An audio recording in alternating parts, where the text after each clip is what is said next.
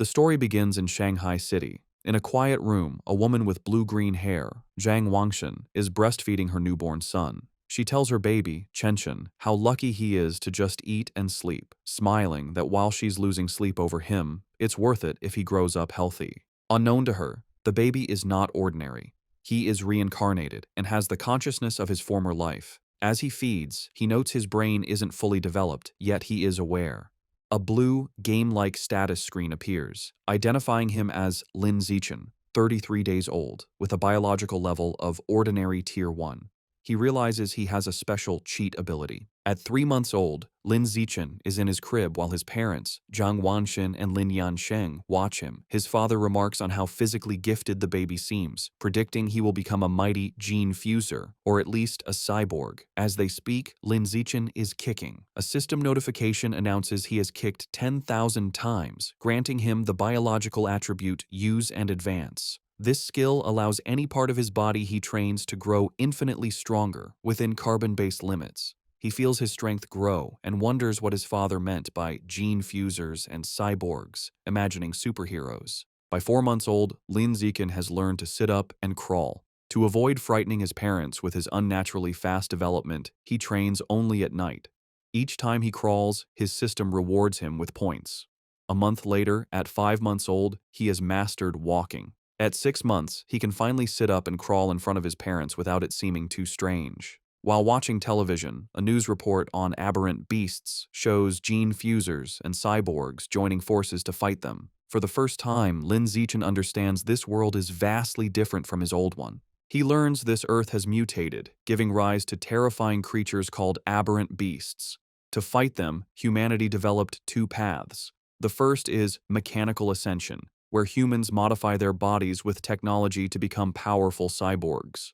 The second is gene modification, where humans fuse their genes with aberrant beasts, becoming gene fusers to fight monsters with their own power. Realizing the dangers, the reincarnated Lin Zichen resolves to use his system to grow up safely, evolve his abilities while laying low, and survive in this perilous world. One day, the doorbell rings. Zhang Wangxin opens it to a woman in a blue dress, Xu Ming, their new next-door neighbor. Xu Meng introduces her family, her husband, Shen Jianye, and their young daughter, Shen Qinghan, who clutches a doll. Lin Zichen looks at the little girl with purple hair. He acknowledges Shen Qinghan as his first friend in this new world, sensing their destinies will one day be tightly bound. Time passes, and Lin Zichen dedicates himself to training. At 7 months, thanks to his use and advanced skill, he has mastered running, jumping, and basic language by talking to himself, earning stat points for each activity. By 8 months, his training has progressed to doing sit-ups and push-ups in his crib. He is careful to practice only when his parents are not around. But one day, his mother, Zhang Wangxin, walks onto the balcony and is shocked to see her 8-month-old son doing sit-ups. She rubs her eyes in disbelief. However, being a web novel author, she dismisses it as a stress-induced hallucination. Lin Zichen immediately pretends to be asleep, breathing a sigh of relief and making a mental note to be more cautious. A few days later, while giving him a bath, Zhang Wangxian makes another shocking discovery. She screams for her husband, Lin Yansheng. When he rushes in, she points out that their 8-month-old son has defined abs. Lin Yansheng is stunned. He excitedly suggests their son might be a 1-in-a-million prodigy with a bright future as a powerful gene fuser or cyborg. Hearing this genius narrative, Lin Zichen is relieved his secret is safe, realizing how lucky he is to have 2 web novel authors for parents. Lin Zichen reflects that on this mutated Earth, he is not the only genius. He and his mother watch a news report about a 2-year-old from a martial arts family who can lift a 20 kilos dumbbell with one hand. Zhang Wangxin pulls her son close, proudly stating that her Chenchen is just as amazing. Lin Zichen is touched by his mother's confidence and wonders if he'll also be able to lift 20 kilos when he turns 2. By the time Lin Zichen turns 2, his training has paid off. He has kept a low profile while secretly developing his strength, easily lifting a 20 kilos weight with one hand in the storage room. His session is interrupted when his mother calls that Han Han, Shen Qinghan's nickname, is here to play. Startled, he puts the weight down and goes out. He opens the door to find Shen Qinghan, now also 2, offering him a tart. Lin Zichen internally remarks that due to their different mental ages, they don't play conventionally. While Han Han is a typical toddler, he uses every moment to train.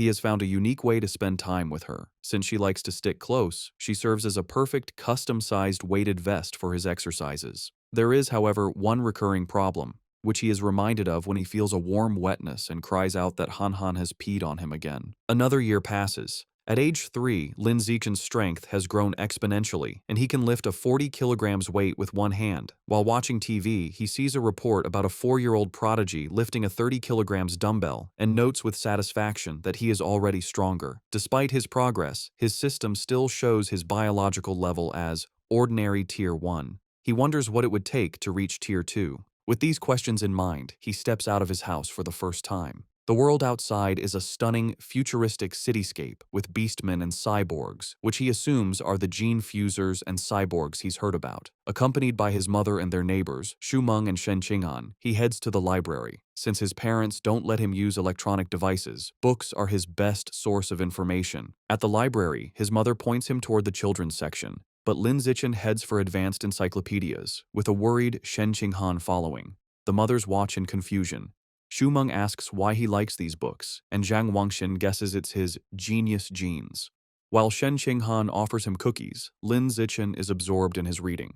Through the books, he learns that all life is categorized into 6 biological levels: ordinary, advanced, rare, epic, legendary, and mythical, each divided into 9 tiers. He realizes normal humans like his parents are at the bottom, ordinary Tier 1, as insignificant as ants compared to higher-level beings. This knowledge lights a fire under Lin Zichen. He must accelerate his training while maintaining his cover. His system alerts him to a new quest: read 100 million characters to be rewarded with the celestial root of wisdom. Excited to train both mind and body, he accepts. For the next year, Lin Zichen splits his time between physical training and voracious reading. At age 4, he and Shen Qing'an begin kindergarten, holding hands with the IR teacher, Ms. Zhang Mei. His hard work pays off. Soon after starting school, he breaks through to ordinary Tier 2. His physical prowess is immense. He can lift an 80 kilograms weight with one hand, high jump 1.2 meters, and sprint 100 meters in under 11 seconds. Outstanding stats for an adult, let alone a kindergartner. One day, he finds children surrounding a crying Shen Qing'an, calling her a bedwetter. Seeing his friend bullied, he knows he must act. He leaps dramatically into the center of the bullies. He glares and unleashes a terrifying threat. If anyone bullies Han again, he will pee on their bed every day. The childish but menacing threat works. The bullies burst into tears, vowing never to return to kindergarten. Shen Qing'an looks at her protector with admiration. This act unlocks a new achievement, the title of Kindergarten Kid King, and a new series of quests. He is delighted he can work on multiple quests at once. Half a year later, he completes his reading quest. Having read 100 million characters, he is awarded the Celestial Root of Wisdom, granting him a perfect eidetic memory and peak human learning ability. Time flies, and soon he and Shen Qing'an are almost 7, posing for their kindergarten graduation photo. Even during vacation, Lin Zichen does not rest, now strong enough to train with a massive 200-kilo barbell. During the vacation, his abilities reached new heights. He could leap over 2 meters high and had broken the 8-second barrier in the 100-meter dash with a time of 7.98 seconds. His mind was just as sharp. Boosted by his new attribute, he had already finished most of the elementary school curriculum. His new life began at Sunshine Elementary School. Because he was already self-studying advanced subjects, academic competitions were easy. He effortlessly took first place at the National Elementary School Academic Competition just to unlock his title as quickly as possible. Whenever he had free time, he would give Shen Qing'an private tutoring. Though not an exceptional talent, she was diligent. With his help, her grades improved dramatically, and after one semester, she was ranked second in the class, with Lin Zichen holding first place. To speed up his quest, he also participated in school sports meets, breaking every record. Just when he thought his school life would continue in this predictable routine, a special new transfer student appeared. The teacher introduced the newcomer, a girl with long, silvery blue hair named Bai Shui. Lin Zichen immediately knew she was different. As she stood in the doorway, he could sense a faint, unusual aura that did not belong to a normal human. As the new transfer student, Bai Shui, walks to find a seat, the other students watch her curiously. Shen Qing'an leans over to Lin Zichen, whom she calls Xiao Chen, and whispers about how pretty Bai Shui's hair is, like winter snowflakes. However, Lin Zichen is not in the mood to discuss aesthetics. As Bai Shui sits near him, his mind is on the strange, non-human aura he senses from her. He wonders if she could be a gene fuser or the descendant of one. In the following days, Baizue proves to be an enigma. She doesn't speak to anyone and lays her head on her desk the moment class ends, remaining motionless. She barely even gets up for the restroom. At first, students are curious, even taking photos with her while she sleeps. But as her behavior doesn't change, they lose interest, and the classroom returns to its routine. This peace is shattered over a month later. A bizarre phenomenon begins. Bai Shui starts to secrete a viscous, white liquid. The substance has a foul odor and drips down her clothes and legs. The other students react with disgust, complaining about the terrible smell. A mean-spirited boy sneers a crude comment about the liquid and then pours his water bottle over her head, claiming he's washing her out. Humiliated and soaked, Bai Shui clenches her fist on the desk, and tears stream down her face as she begins to cry, her shoulders shaking with silent sobs. The bullies erupt in cruel laughter at her distress. Watching from their desks, Shen Qinghan turns to Lin Zichen with a worried expression, asking if they can help poor Bai Shui. Lin Zichen is confused. He had sensed Bai Shui was dangerous, so he can't understand why she is crying. He agrees to help. As he walks towards the bullies, he reevaluates his assessment. While he still doesn't understand her, he realizes that for now, she isn't a threat. She is just a weak girl being bullied, and he has to step in. Lin Zichen walks up to the main bully and grabs him by the collar, calling out his name, Guan Chun. With a menacing smile, he orders the boy to wipe the water off Bai Shui's desk. Guan Chun is terrified and stammers that he'll wipe it up right away. The other bullies know they are in trouble. Lin Zichen is notorious at school for being skilled at both academics and fighting. Not even 6th graders dared to mess with him. Knowing it's better to comply, they quickly grab tissues and clean up the mess. Once the desk is clean, Lin Zichen's gaze sweeps over the group. He commands everyone involved to apologize to her immediately. The bullies, sweating and terrified, quickly comply. They line up before her desk and bow their heads, offering apologies and promising never to bully her again. With the bullies gone, Bai Shui looks up, her eyes still tearful. She gratefully thanks both Lin Zichen and Shen Qinghan. Shen Qinghan puts a comforting hand on Bai Shui's shoulder, telling her that classmates are supposed to help each other. From that day on, Shen Qinghan makes it her mission to befriend the quiet, white-haired girl, always dragging Lin Zichen along. The three begin spending their free time together. Shen Qinghan is especially kind, always sharing her tastiest snacks with Bai Shui first. During one of these moments, as Shen Qinghan offers her a treat, Bai Shui hesitates. She looks at them and asks if they aren't disgusted by her because she smells so bad. She explains she's sorry for not trusting them, but since she was little, she has always been ostracized by everyone. Having someone be nice to her feels so unreal that she thinks she must be dreaming. Bai Shui looks up in surprise when Shen Qinghan tells her firmly that this is not a dream. Shen Qinghan smiles gently and says she knows what it's like, so she would never be disgusted by her. She declares that as long as Bai Shui is willing, they will be friends forever, pulling a slightly exasperated Lin Zichen into the promise. Overcome with emotion, Bai Shui tightly hugs Shen Qinghan. Tears of gratitude stream down her face as she thanks them for their kindness. After composing herself, she tells them she wants to give them a gift in return. She holds out a necklace with a pair of beast fangs, explaining it was a birthday present from her mother. She gives it to them, hoping it can be a symbol of their friendship. Shen Qinghan enthusiastically agrees, and the three children stand together in the schoolyard as the sun sets, joyfully declaring they will be friends forever. However, just as their newfound friendship was solidified, the unexpected happened. One day, Shen Qinghan is stunned to learn that Bai Shui has transferred out of the school. Lin Zichen confirms it, revealing that he saw her filling out the withdrawal papers. He flashes back to watching from the principal's office doorway. He saw Bai Shui with the principal and a large, intimidating man with cybernetic arms. The principal assured the man that Bai Shui's paperwork was complete and her information would be kept confidential. The encounter confirmed Lin Zichen's suspicions that Bai Shui's identity was not simple. From that day on, he never saw Bai Shui again, left to wonder about her. But he notes that the events that followed were what truly captured his attention. Sometime later, Lin Zichen is at home giving his mother, Zhang Wangxin, a shoulder massage. She sighs in relief, telling him the massage is perfect after a long day of typing. Lin Zichen internally notes that he learned professional massage techniques thanks to his celestial root of wisdom and is surprised by its usefulness. Their quiet evening is interrupted by a major news report. It features another incredible achievement by the Kyoto prodigy. At just 10 years old, the boy has successfully fused with aberrant beast genes and can now lift a 500 kilograms boulder with one hand. Lin Zichen recognizes the boy and realizes with a jolt that his rival has already begun gene fusion. His father, Lin Yansheng, complains that the Kyoto prodigy is always on TV, questioning if they are trying to turn him into an influencer. The parents discuss it. Lin Yansheng explains the boy is from a 1,000-year-old martial arts family, so they likely have advanced gene fusion technology. Zhang Wangxin argues it's wrong to use a child as a guinea pig. Her husband counters that for such a family, family interests come first, earning a sarcastic "you know everything" from his wife. While his parents bicker, Lin Zichen is deep in thought. He recalls that before the fusion, the prodigy could lift 100 kilograms. Now he can lift 500 kilograms, a five-fold increase. In comparison, Lin Zichen, at only 8, can already lift a 300 kilograms weight with one hand without any gene fusion. He concludes with a confident fist pump that his own potential is far greater. His confidence was soaring, but that feeling was short-lived. The next news report taught him the true meaning of fear. Breaking news shows a city in a neighboring country completely devastated by a massive explosion.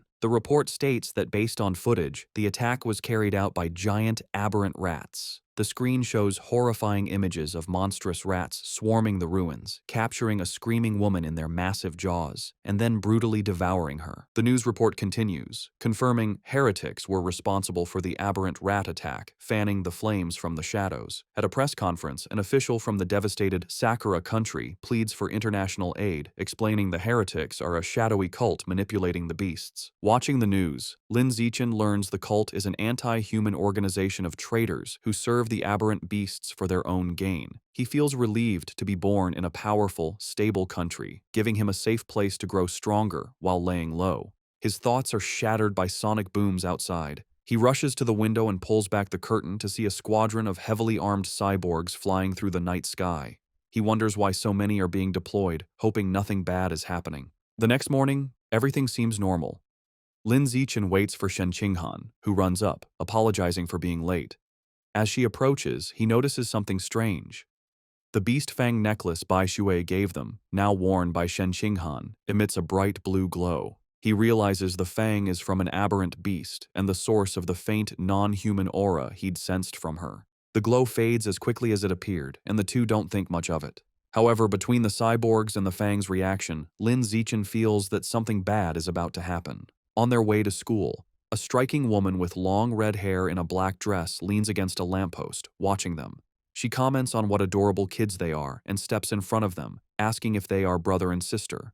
Shen Qinghan proudly corrects her, explaining they are childhood best friends. The woman smiles wistfully, remarking how she wishes she had a childhood friend too. Then, her expression turns sinister.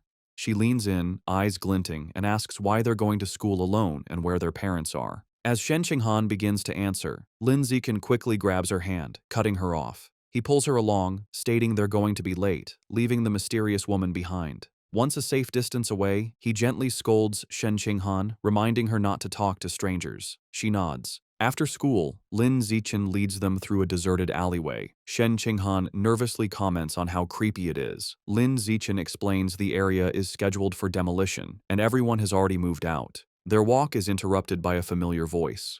The red-haired woman from the morning appears, commenting on how they are finally out of school. She's not alone. A large, muscular man named Sheng is with her. The woman tells Sheng she's got the kids over here. Lin Zichen is alarmed. He had deliberately chosen a different route, but she had somehow followed them. The woman tries to lure them closer with a sweet voice, offering them treats. Her accomplice, Sheng, grows impatient. He tells her to stop talking and just knock the kids out so they can get it over with. Without another word, Sheng rushes toward them with a cloth, shouting he's in a hurry to sell them for cash. As he closes in, Lin Zichen shoves Shen Qinghan out of the way and squares up to face him. He clenches his fist and throws a powerful punch with all his might. The blow connects squarely with Sheng's face, stopping the larger man in his tracks. The immense force sends Sheng flying backward down the alley with a pained cry. The red-haired woman watches in utter disbelief, shocked that an elementary schooler could send a grown man flying. On the ground, Sheng coughs up blood, stunned. With Sheng down, Lin Zichen turns to the red-haired woman. Before she can react, he lands a solid punch to her midsection, followed by a powerful uppercut that knocks her unconscious. Standing over the defeated kidnappers, his expression hardens. He picks up a nearby brick, his intentions grim. He reasons that with no cameras in the deserted alley, he must finish them off. If they live, his superhuman powers will be exposed, ruining his plan to lay low and grow stronger. Just as he is about to deliver the final blow, the ground trembles violently. A powerful earthquake shakes the alley, catching them off guard. A moment later, a massive, clawed hand smashes through a nearby building wall. A monstrous giant aberrant rat emerges from the dust and rubble, towering over them. The beast ignores the children and looms over the unconscious woman, but instead of devouring her, it decapitates her with a swift swipe of its claws. The rat then picks up her severed head as Shen Qinghan screams in terror. Recognizing the danger, Lin Zichen scoops the horrified Shen Qinghan into his arms. He tells her it's a giant aberrant rat and they have to get to safety. He turns and sprints away, carrying her as they flee. As they escape, a flash of red and gold streaks through the sky. A female cyborg with blonde hair and rabbit ear attachments on her helmet dives into the alley. She moves with incredible speed, a blur of motion as she zips past the rat. Shen Qinghan, looking over Lin Zichen's shoulder, exclaims how unbelievably fast the cyborg is. The cyborg lands gracefully behind the monster. Facing the rat, the female cyborg prepares her attack. Her gauntlet glows as she charges her weapon and announces, "Anesthetic smoke." She fires projectiles at the monster, causing massive explosions that rock the alley. Lin Zichen shields Shen Qinghan from the blast. The aberrant rat is caught in the fiery explosions, roaring in pain, and is left dazed by the anesthetic smoke. Seeing her opening, the cyborg surges forward and finishes off the weakened beast in a flurry of strikes. Later, Lin Zichen watches a news report about the incident at home. He analyzes the fight, concluding the cyborg's power level probably isn't very high. He reasons she had to weaken the rat first, and it still took her 7 minutes to kill it. He reflects on the danger of giant aberrant rats, knowing they are tough creatures that can grow over 10 meters long and reach ordinary 5th tier. Fortunate that they escaped unharmed, the incident reminds him of the world's dangers. He resolves to increase his training to protect himself and those he cares about. He is later seen in his training space, doing weighted squats with a heavy barbell, his system rewarding him with points. Although the threat of aberrant rats looms, life continues. Soon, he and Shen Qinghan celebrate their 9th birthday with both families around a large cake. After making wishes, they exchange gifts. Thanks to his celestial root of wisdom, Lin Zichen had taught himself to carve in one night and crafted an intricate wooden hairpin for Shen Qinghan. She is overjoyed, placing it in her hair and exclaiming how much she loves it. Time passes quickly, and soon Lin Zichen and Shen Qinghan graduate from elementary school and start middle school. As they leave, his system notifies him that he has completed the Dominate 9 years of compulsory education achievement, unlocking the Kindergarten Kid King and Elementary School Top Dog titles. He becomes excited to unlock the Middle School Overlord title next, which will grant him the Survival of the Fittest attribute. During the break, he sticks to a high-intensity training regimen. His training includes 1,000 push-ups with a massive boulder on his back, granting him huge stat boosts. His hard work pays off. Just before school begins, after a 10 kilometers run, his system announces his biological level has broken through to ordinary 3rd tier. His physical attributes increase dramatically. He can now lift 700 kilograms with one hand, has a vertical jump of 4 meters, and can run the 100-meter dash in 6 seconds. As his power grows, he wonders what level the Kyoto prodigy has reached. Coincidentally, a news story airs on TV the night before school starts. The report reveals the now 14-year-old prodigy has fused with giant ant genes and can lift a 2,000 kilograms alloy block with one hand. Lin Zichen calculates that since giant ant genes increase strength by a factor of 4 to 8, the prodigy's true lift without the gene enhancement is only around 500 kilograms. This means Lin Zichen is still fundamentally stronger. He smiles, imagining how powerful he will become with future gene fusion. The next day, middle school begins. Because he was the city's top student, all the best middle schools tried to recruit him. He accepted the invitation from Shanghai Middle School, but only if Shen Qinghan could be in his class. During registration, they are welcomed by the principal and their new homeroom teacher, who express how much they are counting on him. After a few pleasantries, he makes an excuse and leaves with Shen Qinghan.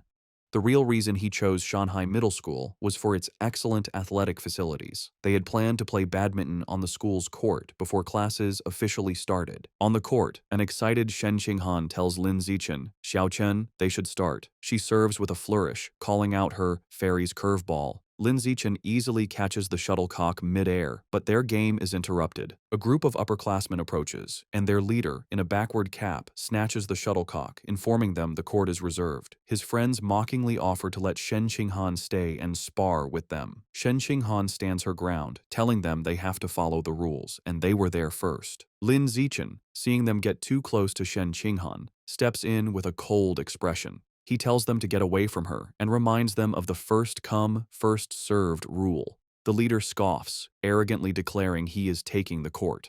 The leader holds the shuttlecock and tosses it up, but before he can serve, Lin Zichen moves. He declares that from now on, his rules are the only ones that matter. With a surge of power, he leaps and smashes the shuttlecock with incredible force. The shuttlecock rockets across the court, a white blur. It moves so fast, the leader barely has time to react. The force of the impact shatters his racket and sends his cap flying. The upperclassmen are left in shock, sweating and trembling. They wonder if Lin Zichen is even human, questioning if he's a gene fuser. One notes with terror that if the shot had been off by a little, their boss's head would have been taken off. Thoroughly intimidated, the upperclassmen bow deeply in apology. They tell Lin Zichen they understand the rules now and will be leaving immediately. They then beat a hasty retreat. Perhaps because word of the incident spread, no one ever dared to bully Lin Zichen or Shen Qinghan again. Aside from being bigger with better facilities, their new school life felt much the same. Academically, Lin Zichen was far ahead, having finished the middle school curriculum long ago.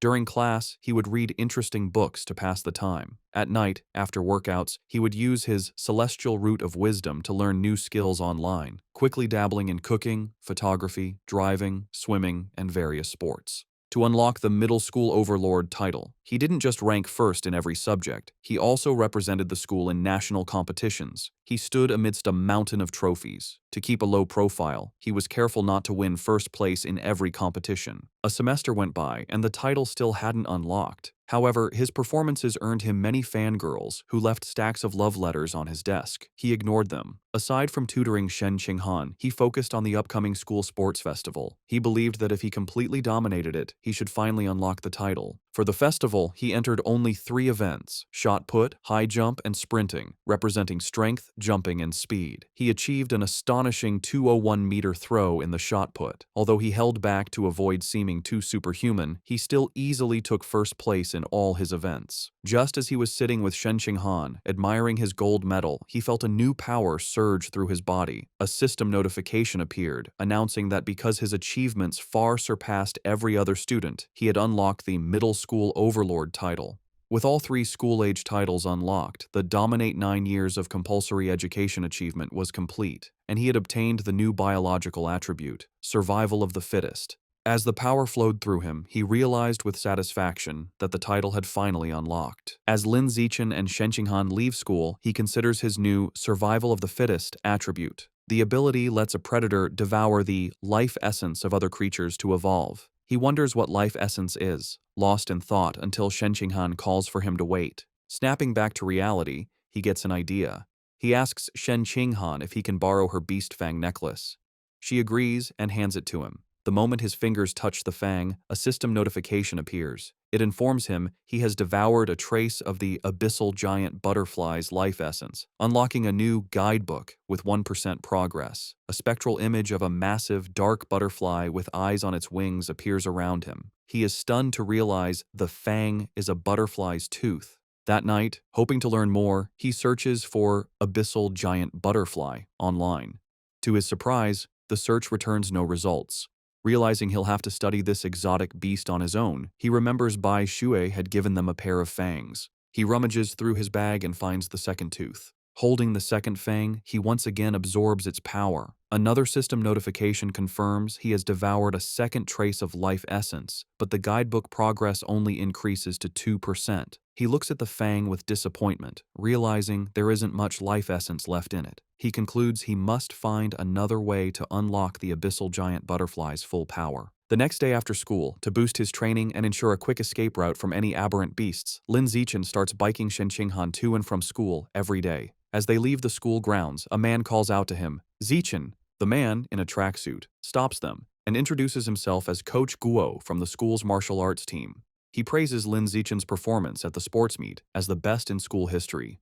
With great enthusiasm, Coach Guo formally invites him to join the team, insisting his athletic talent surpasses his academic abilities. He urges Lin Zichen to say yes, but also offers him time to learn about the team before deciding. Coach Guo speaks so quickly and passionately that Lin Zichen doesn't get a chance to say no. Waving goodbye as they ride off, the coach tells them the martial arts team is in room C of the gym and that he'll be waiting for him if he's free to visit the next day. As the sun sets, Lin Zichen is back in his room, ready to test his new ability. He claps his hands, squashing a cockroach and a mosquito he found. He opens his hands to examine the dead insects, but feels no power surge. He realizes killing such small, ordinary creatures didn't trigger the skill. He deduces that only powerful or exotic beasts carry enough life essence to be devoured for his evolution. To verify his new theory, Lin Zichen decides to visit a supermarket that sells beast meat.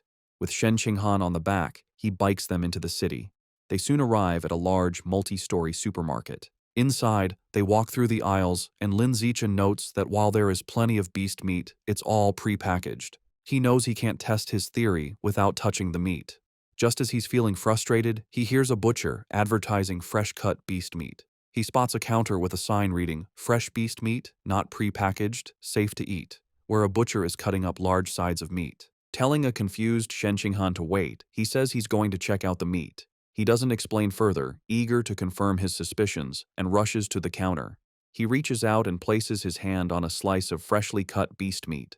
The moment he makes contact, a powerful surge of purple energy flows into him. Just as he thought, the beast meat contains a strong surge of life essence. He clenches his fist in excitement, a wide grin on his face. Shen Qinghan watches, bewildered, wondering why he is so excited just from touching meat. She approaches him with a look of confused concern, asking how the meat feels. Trying to play it cool, Lin Zichen casually tells a bewildered Shen Qinghan that the meat just feels fresher than normal and asks if she wants to touch it too. She frantically waves her hands and refuses, saying he has touched it enough for both of them. Having confirmed his theory, Lin Zichen decides to buy some of the beast meat to try at home, surprising Shen Qinghan. He isn't surprised by her reaction, knowing beast meat is incredibly expensive. Even the cheapest option, the ghost shadow squid, costs nearly 1,000 yen per jin. Deciding to go with the squid, he picks up a package. Shen Qinghan panics at the price, telling him it's too expensive and that he should ask his mother first. Lin Zichen simply smiles and pats her head reassuringly.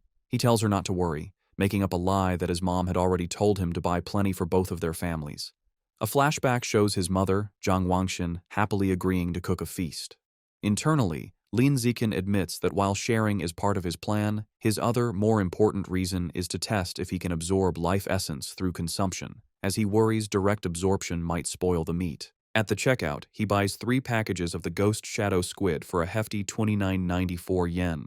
The female cashier thanks him. As they leave, Lin Zichen thinks about how expensive the meat was, wondering when they'll be able to afford it again. By the time they finish shopping, it is after 9 p.m. Knowing the city has been chaotic lately, they decide to head straight home for safety. On the ride home, Lin Zichen can't stop thinking about his experiment. Unable to wait, he discreetly places his hand on the package of meat in the basket. He immediately feels a familiar surge of purple energy. His system confirms he has devoured a trace of the ghost shadow squid's life essence. A new guidebook for the creature is unlocked, but his progress is only 0.1%. A spectral image of the menacing, multi-eyed squid appears in his mind. As they bike through the quiet streets, he does some mental math. He realizes devouring a small amount of meat only unlocked a fraction of its power. He estimates he'd need to devour 100 jins to reach 100% on the guidebook, costing a staggering 100,000 yen. He considers the squid's special ability, to dissolve into water and vanish, and decides the powerful skill is worth the price. His course is clear. He needs to make a huge sum of money, as he can't ask his family for that much. He then remembers his second reason for buying the meat, to test if absorbing its life essence would cause it to spoil. He glances at the package. It's been a while, but the meat looks perfectly fresh. He grins, delighted that absorbing the essence doesn't ruin the meat. As he continues to absorb its power, his progress bar for the squid climbs to 3%. His concentration is broken when Shen Qinghan shouts a warning. He slams on the brakes, screeching to a halt just inches from a couple in the bike lane, and apologizes. He scolds himself for not watching where he was going, then wonders why the lane is so crowded. Shen Qinghan points ahead. They see a tense standoff. A muscular, red-haired man is holding a woman hostage at knife point. Shen Qinghan recognizes the hostage in terror as their teacher, Chao Mei. The man shouts threats at the crowd. The area is surrounded by police officers who try to de-escalate the situation through a megaphone. The police captain holds back an officer, Ah Bing, telling him not to shoot recklessly. The captain explains the target is too close to the hostage and using her as a shield, making a clean shot impossible. The officer suggests sleeping gas, but the captain rejects it, fearing it would provoke the suspect before it could take effect. While the police hesitate, Lin Zichen decides to act. He discreetly picks up a small rock from the pavement and flicks it with incredible speed and precision. The rock strikes Officer Ah Bing's gun, causing it to misfire. The stray bullet hits the hostage-taker's hand, forcing him to cry out and drop his knife, releasing Teacher Cao Mei. Seizing the opportunity, the police captain yells for his team to move in. The officers rush forward and swiftly arrest the disarmed suspect, while a female officer comforts the terrified but unharmed Teacher Cao Mei. As the situation is controlled, Lin Zichen quietly gets back on his bike. Shen Qinghan looks at him with wide, questioning eyes and asks if he threw the rock. He quickly shushes her, saying they should leave and talk later, and they pedal away. Just as they are about to get away, a voice commands them to stop. The police captain calls out, asking if Lin Zichen was the one who threw the rock. Panicked at being caught, Lin Zichen quickly denies everything with a nervous smile.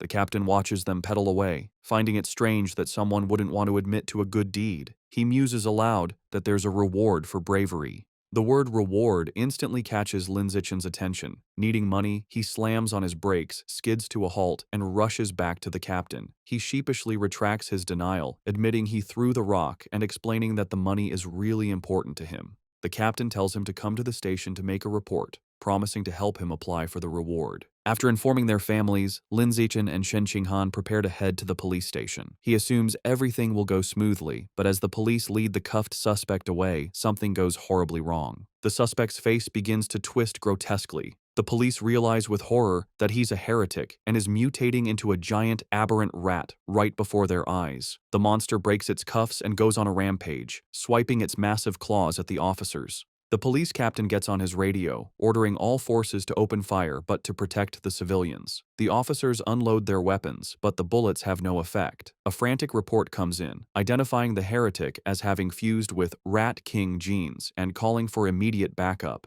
Realizing the danger, Lin Zichen apologizes, grabs both of them and pulls them away, urging them to run. He is relieved the monster isn't chasing them, but knows they need to get away fast. As they flee, a new figure streaks down from the sky in a purple aura. It's a female cyborg in sleek, futuristic armor. She lands a powerful blow on the giant rat, sending it staggering backward. Hovering in the air, the cyborg, a woman with short, dark purple hair, begins to charge a laser cannon in her chest. With a command to fire, she unleashes a massive, devastating beam of purple energy that engulfs the mutant rat. The creature roars in agony as it is completely disintegrated, leaving nothing but scorched remains. Lin Zichen watches, stunned by the cyborg's incredible power. With the threat gone, Teacher Cao Mei and Shen Qinghan breathe sighs of relief. Lin Zichen, however, is more concerned about his bike, noting with relief that the blast didn't hit it, which would have been a huge financial loss. Just as the tension subsides, he has a sudden realization. He looks into the bike's basket and sees the expensive ghost shadow squid meat has spoiled, giving off a foul smell. He now understands his initial theory was correct. Absorbing the life essence causes the meat to spoil, but there's a delay. Holding up a limp tentacle, he realizes he needs an excuse and decides to blame the fight and the now deceased heretic. Putting on a dramatic show, he throws the spoiled tentacle down, loudly blaming the heretic and the cyborg's attack for roasting the meat. Teacher Cao Mei comforts him, saying what matters is that they're all safe. Although they plan to go home, at the captain's request, they end up riding with the security team to the station. They didn't expect to be transported in the same van as the heretic's remains.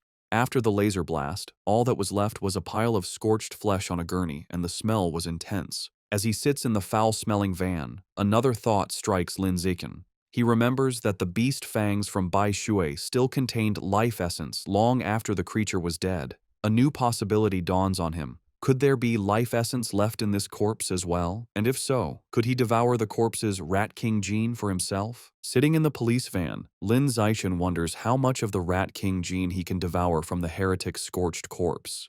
Deciding to find out, he discreetly reaches his hand towards the remains. The moment he makes contact, he feels a powerful surge of red energy. His system confirms he has devoured a trace of the giant mutant rat's life essence, unlocking its guidebook with an impressive 5% progress. He is shocked by how much he absorbed and realizes the freshness of the source is directly proportional to the amount of life essence he can obtain. The escorting officer, Ah Bing, notices his movement and tells him to sit still. Lin Zichen quickly claims he just needed to stretch. Later, at the public security office, he knows that while Ah Bing was easy to fool, the security captain is sharper. The captain informs Lin Zichen that he has applied for his bravery reward, but then questions him more seriously. He asks how a middle schooler, at such a distance and in poor lighting, managed to so precisely hit the heretic's knife hand with a rock. Lin Zichen gives a vague answer, claiming it's because he often trains his right hand. The odd response leaves the captain speechless. Their conversation is interrupted when Shen Qinghan calls out that her auntie is here. Lin Zichen is surprised to see his parents rush into the station. His mother runs towards him in a panic, calling his name with a terrified expression. She throws her arms around him in a tight hug, asking if he's all right and telling him he scared her half to death. He tries to calm her, reassuring her that he's fine and even got a bravery reward. Holding him close, his mother makes him promise that next time there's danger, he will hide somewhere safe first. She tells him with tears in her eyes that all she wants is to see him grow up safe. Lin Zichen is visibly moved by his mother's heartfelt concern. As they leave, Lin Zichen reassures his mother he will always protect himself first. The police captain watches them go, still pondering the boy's strange abilities. On their way out, Lin Zichen passes two female police officers discussing the case. One remarks that perverts are getting more brazen, and her colleague reveals the heretic was a liberal arts student from Guangyuan University, brainwashed by the rat god cult. The first officer curses the cult, but the second points out they need to eliminate the root cause, the self-proclaimed Rat King. The name instantly catches Lin Zichen's attention. In the car home, he immediately starts researching the rat god cult on his phone. Surprised to find a ton of information, he learns the cult's main base is in Shanghai City, and most of its members are societal outcasts. He uncovers a shocking piece of information suggesting the Rat King wants to evolve into a higher life form and is forcing its followers to gather evolution materials. This leads him to a chilling question. Has the Rat King, an aberrant beast, already developed sentience? His thoughts are interrupted when he glances out the window and sees a giant rat, nearly the size of a cat, on the sidewalk. For a moment, he wonders if it's related to the Rat King, but quickly dismisses the idea, telling himself that in the South, cat-sized rats aren't that unusual. Shaking off the thought, he realizes how quiet Shen Qinghan has been. He looks over and sees her squirming uncomfortably, her knees pressed tightly together. He immediately understands. He recalls that ever since she was a child, whenever she gets nervous or startled, she can't control her bladder. While embarrassing for her, Lin Zichen has always felt this peculiar reaction might be linked to some hidden potential within her. When they get home, Lin Zichen's mother, Zhang Wangxin, is shocked that the nearly 3,000 yen worth of beast meat is gone. Lin Zichen quickly thinks of an excuse, sheepishly claiming that during the emergency, he must have dropped it while running away. His mother immediately puts his safety first, telling him to forget the meat and that all that matters is he is unharmed. Lin Zichen breathes an internal sigh of relief, glad he fooled his mother. However, his father, Lin Yansheng, is more stubborn. He announces he is going back to look for the expensive meat, boasting that a fated wage slave like him is tough. Lin Zichen tries to stop him, arguing it's too dangerous and the meat is already spoiled. His father becomes suspicious, asking how he could know it had gone bad. Sweating nervously, Lin Zichen quickly claims it was an obvious guess. Meanwhile, back at the now empty public security office, the police captain is still pondering the night's strange events. As he smokes a cigarette, he can't shake the question of how an ordinary middle schooler could have thrown a rock with such incredible power and precision. Suddenly, he hears a strange noise from the corner. His eyes widen in shock as he sees a massive rat, far larger than any normal rodent, perched on top of the filing cabinets. Before he can react, the giant rat leaps down. The captain instantly draws his pistol and opens fire. The confrontation is swift and violent, ending in a bloody blur. The next day in class, Lin Zichen sighs at his desk. Reflecting on the previous night, he concludes he is still too weak compared to the powerful heretic and the female cyborg. He needs to make money fast to buy more beast meat like the ghost shadow squid to fill his guidebook's progress bar. He considers becoming an influencer or selling study materials, but dismisses the idea as too flashy and against his goal of keeping a low profile. Suddenly, an idea strikes him. He remembers that in this world, martial arts and gene fusion are more important than academics.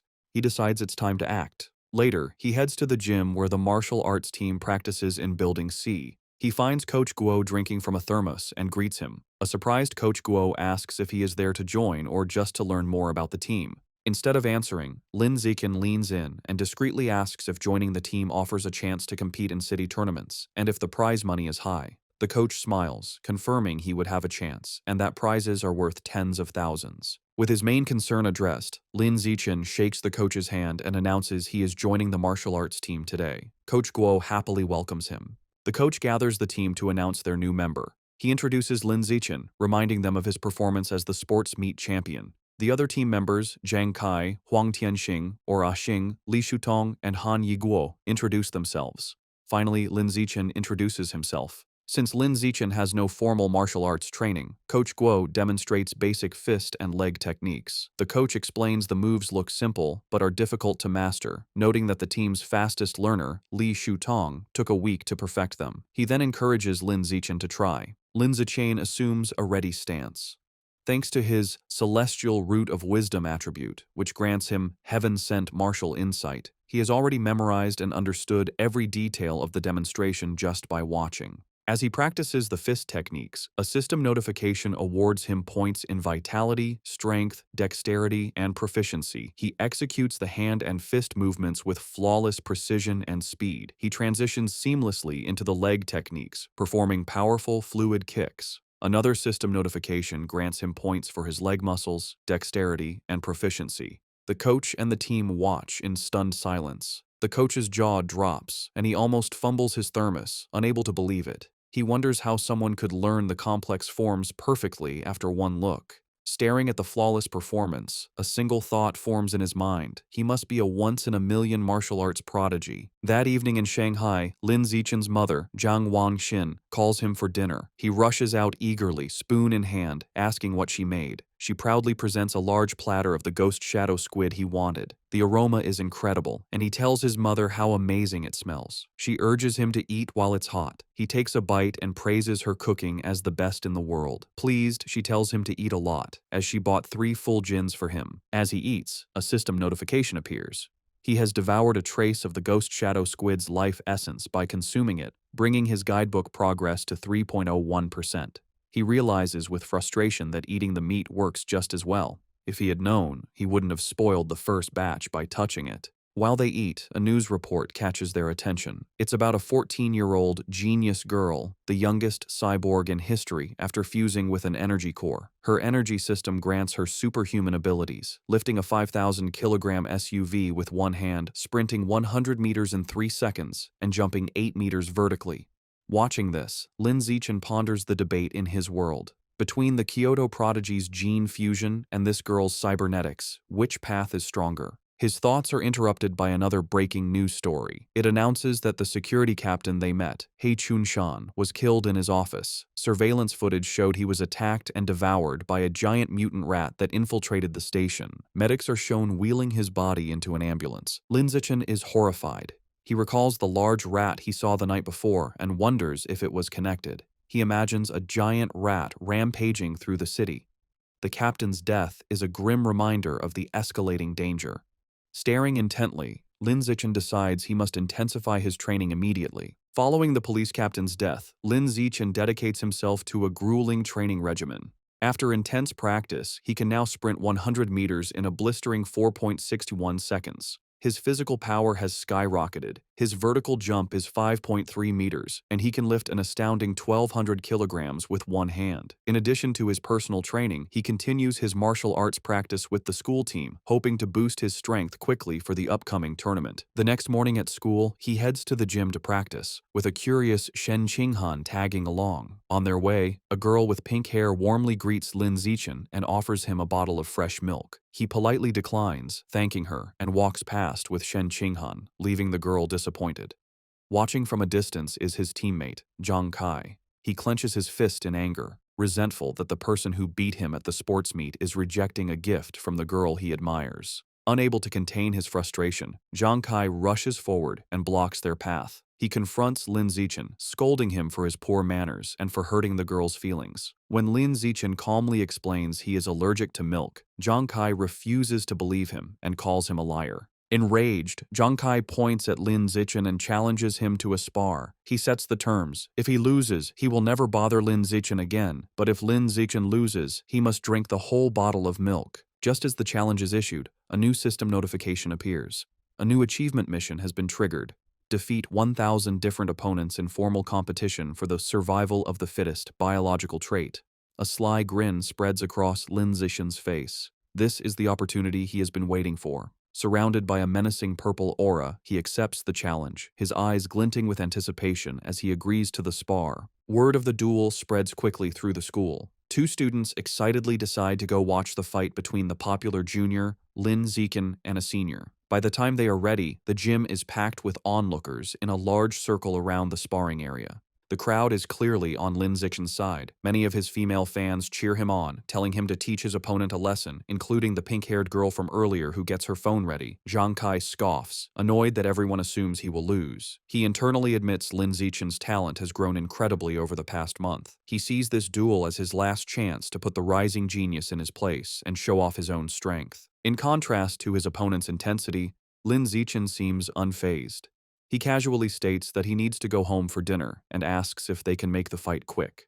Taking this as an insult, Zhang Kai smirks and agrees to grant his wish. Coach Guo steps between them to officiate. He raises his hand to start, reminding them of the rules. However, before the fight begins, Zhang Kai shouts for them to wait. With a condescending grin, he offers Lin Zichen a handicap. He points out that he has trained for nearly 2 years, while Lin Zichen is a novice of only a month. To be fair, he declares he will let Lin Zichen have the first 3 moves. Lin Zichen simply agrees. The moment he agrees, Lin Zichen explodes into motion. He closes the distance in a blur, catching Zhang Kai by surprise. Before his opponent can raise his guard, Lin Zichen unleashes a single devastating punch. The blow connects with brutal force, sending blood flying from Zhang Kai's nose. He is knocked out instantly, collapsing unconscious on the gym floor. The entire gym is stunned into silence. Coach Guo's jaw drops as he stares in disbelief, shouting that the fight was over in one punch. The rest of the martial arts team and the crowd are equally shocked, calling the outcome ridiculous, unable to process that the duel was over in a single second. The silence is broken by a roar of celebration. Shen Qinghan throws her fist in the air, ecstatically cheering for Lin Zichen's victory. The other girls, including the one with pink hair, join in, shouting about how amazing he was. Standing over his defeated opponent, Lin Zichen receives a system notification. It informs him that by defeating a rival and winning the affection of the opposite sex, he has obtained priority mating rights. More importantly, his new mission progress is now 1,000. He reflects that he has a long way to go to unlock the natural selection attribute. To speed up his progress, he turns to the remaining, terrified members of the martial arts team. With a friendly but unsettling smile, he suggests they should all spar as well. The team members stare back, their faces pale with horror. Immediately, they all start making pathetic excuses. One has cram school, another's mother is waiting for dinner, while others pretend to feel sick. Before they can flee, Zhang Kai struggles to his knees. He refuses to accept his loss, furiously accusing Lin Zichen of a sneak attack and vowing to crush him in a rematch. Coach Guo steps in, telling Zhang Kai to accept his loss like a man. The coach then wonders aloud if the punch was just a lucky shot, deciding to test the theory on another team member named Xiao Lizi. Hearing his name, a spiky-haired boy freezes in terror. Though he assumes a fighting stance, he is clearly terrified, begging Lin Zichen for mercy and not to hit his face. 10 minutes later, the results are clear. Several martial arts team members are lying unconscious on the gym floor. Lin Zichen stands over them, noting he made sure not to go too hard on them and just exchanged a few blows. However, when he checks his system again, he is disappointed. Aside from the initial victory, none of the other spars counted toward his achievement. The rival count remains at 1,000. He realizes friendly sparring isn't enough. He has to defeat rivals in an official competition. As he thinks about this, a hand claps his shoulder. Coach Guo grins manically, declaring that Lin Zichen is a true genius. He exclaims that in just over a month, the newcomer has become the team's ace. Filled with new confidence, the coach proclaims that with Lin Zichen leading, their school will crush all others and take first place at this year's regional martial arts tournament. As Coach Guo celebrates, Lin Zichen has a moment of clarity. He realizes the coach is right. The upcoming tournament is the perfect opportunity to face many official opponents at once. He becomes determined, understanding that as long as he defeats them in an official competition, each victory should count toward his progress. His thoughts are interrupted when a defeated Zhang Kai calls his name. Having regained consciousness, Zhang Kai stands, points at Lin Zichen, and formally accepts his loss with a bizarre and overly graphic declaration of submission. His strange words leave everyone, including Shen Qinghan, Coach Guo, and Lin Zichen, completely shocked and disturbed. With the duel over, the spectators and coach quickly flee, leaving a bewildered Zhang Kai alone, complaining he hadn't finished his speech. In this world, high schoolers must choose between martial arts or academics. Given the world's dangers, the martial arts class is considered the superior choice. Determined not to be left behind, Shen Qinghan decides to join the martial arts class and begins training rigorously with Lin Zichen. Their daily routine is intense. They start with a 3,000-meter run, followed by an hour of hand-to-hand combat practice. After that, they do sit-ups and push-ups to build strength. To conclude each session, Lin Zichen gives Shen Qinghan a massage to relieve her muscle tension. Of course, Lin Zichen doesn't slack on his own training. He pushes himself to the limit daily, driven by the goal of winning the tournament and unlocking the natural selection attribute as quickly as possible. 1 month later, all their hard work is about to be tested. The day of the regional martial arts tournament has arrived, and a determined Lin Zichen is ready to compete. The tournament is at the massive city gymnasium, with a huge crowd around a central fighting ring. In the waiting area, the mood is tense. Coach Guo nervously reviews the roster, complaining that their school, Shanghai High, drew a match against the strongest team, Shanghai No. 1 High. Another team member adds to the anxiety, mentioning their opponents have a fighter who can run the 100-meter dash in under 9 seconds, leaving them feeling outmatched. Sensing the team's low morale, Lin Zichen calmly raises his hand and volunteers to fight first. Though still worried, Coach Guo agrees to let his ace take the stage. As Lin Zichen walks into the arena, Shen Qinghan cheers him on from the sidelines, while Coach Guo shouts encouragement through a megaphone. Lin Zichen readies himself for the fight. His opponent, a much larger and more muscular student from Shanghai No. 1 High, steps forward. He acknowledges Lin Zichen's talent for making it to the tournament as a first year. However, his tone quickly turns mocking. He sneers that the stage isn't meant for a shorty who hasn't even hit 1.7 meters. Flexing his bicep, he promises to show Lin Zichen what a true gap in size and power feels like.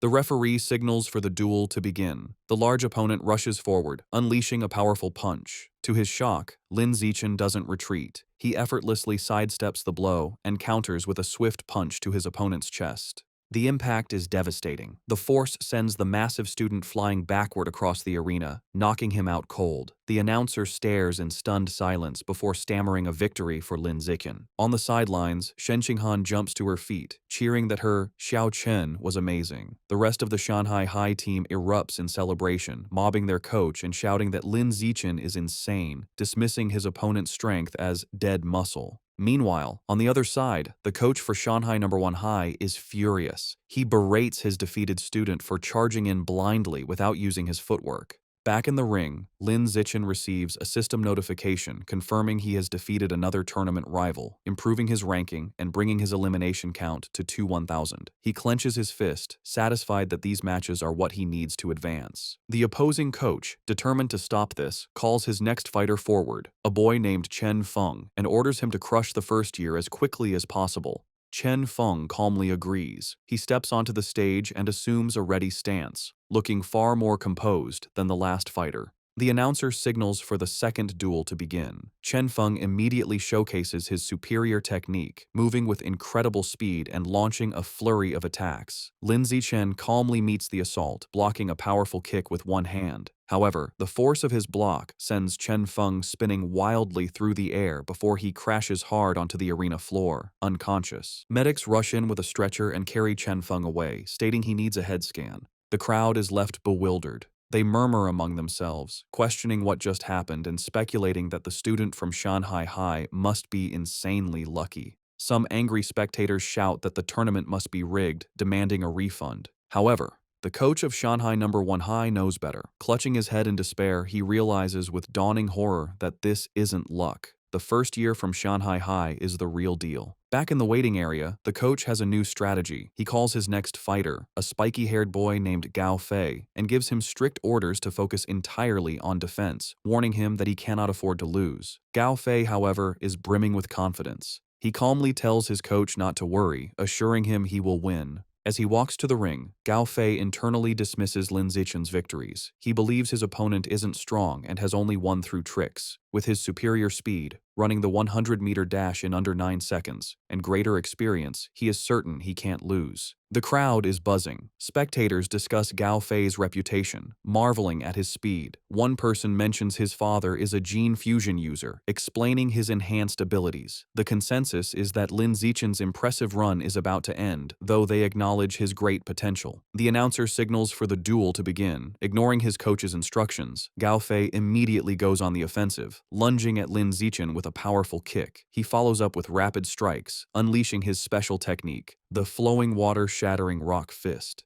His coach watches in fury, shouting at his disobedient student for attacking. Gao Fei scoffs at defense, believing a genius like him doesn't need it. Meanwhile, Lin Zichen, easily evading the blows, finds the technique interesting and decides to learn it on the spot.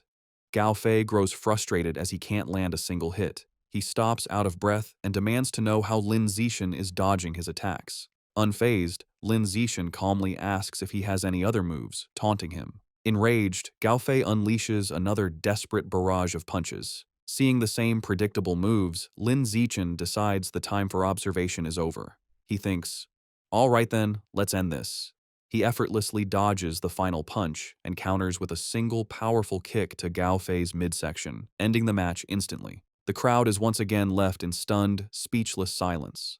The silence is shattered by thunderous cheers from the Shanghai High supporters. Coach Guo and Shen Qinghan are ecstatic, shouting that their Xiao Chen is a beast and celebrating his third consecutive victory. The rest of the tournament proceeds just as easily. The next few opponents are even weaker. He effortlessly defeats each one, and soon he has single-handedly wiped out all 5 fighters from the opposing team. Over the next 2 days, the story is much the same. He continues his dominant performance, taking down 2 more schools by himself. Thanks to his incredible display, he successfully leads Shanghai High to win the championship. He and his team proudly pose with their medals and trophy.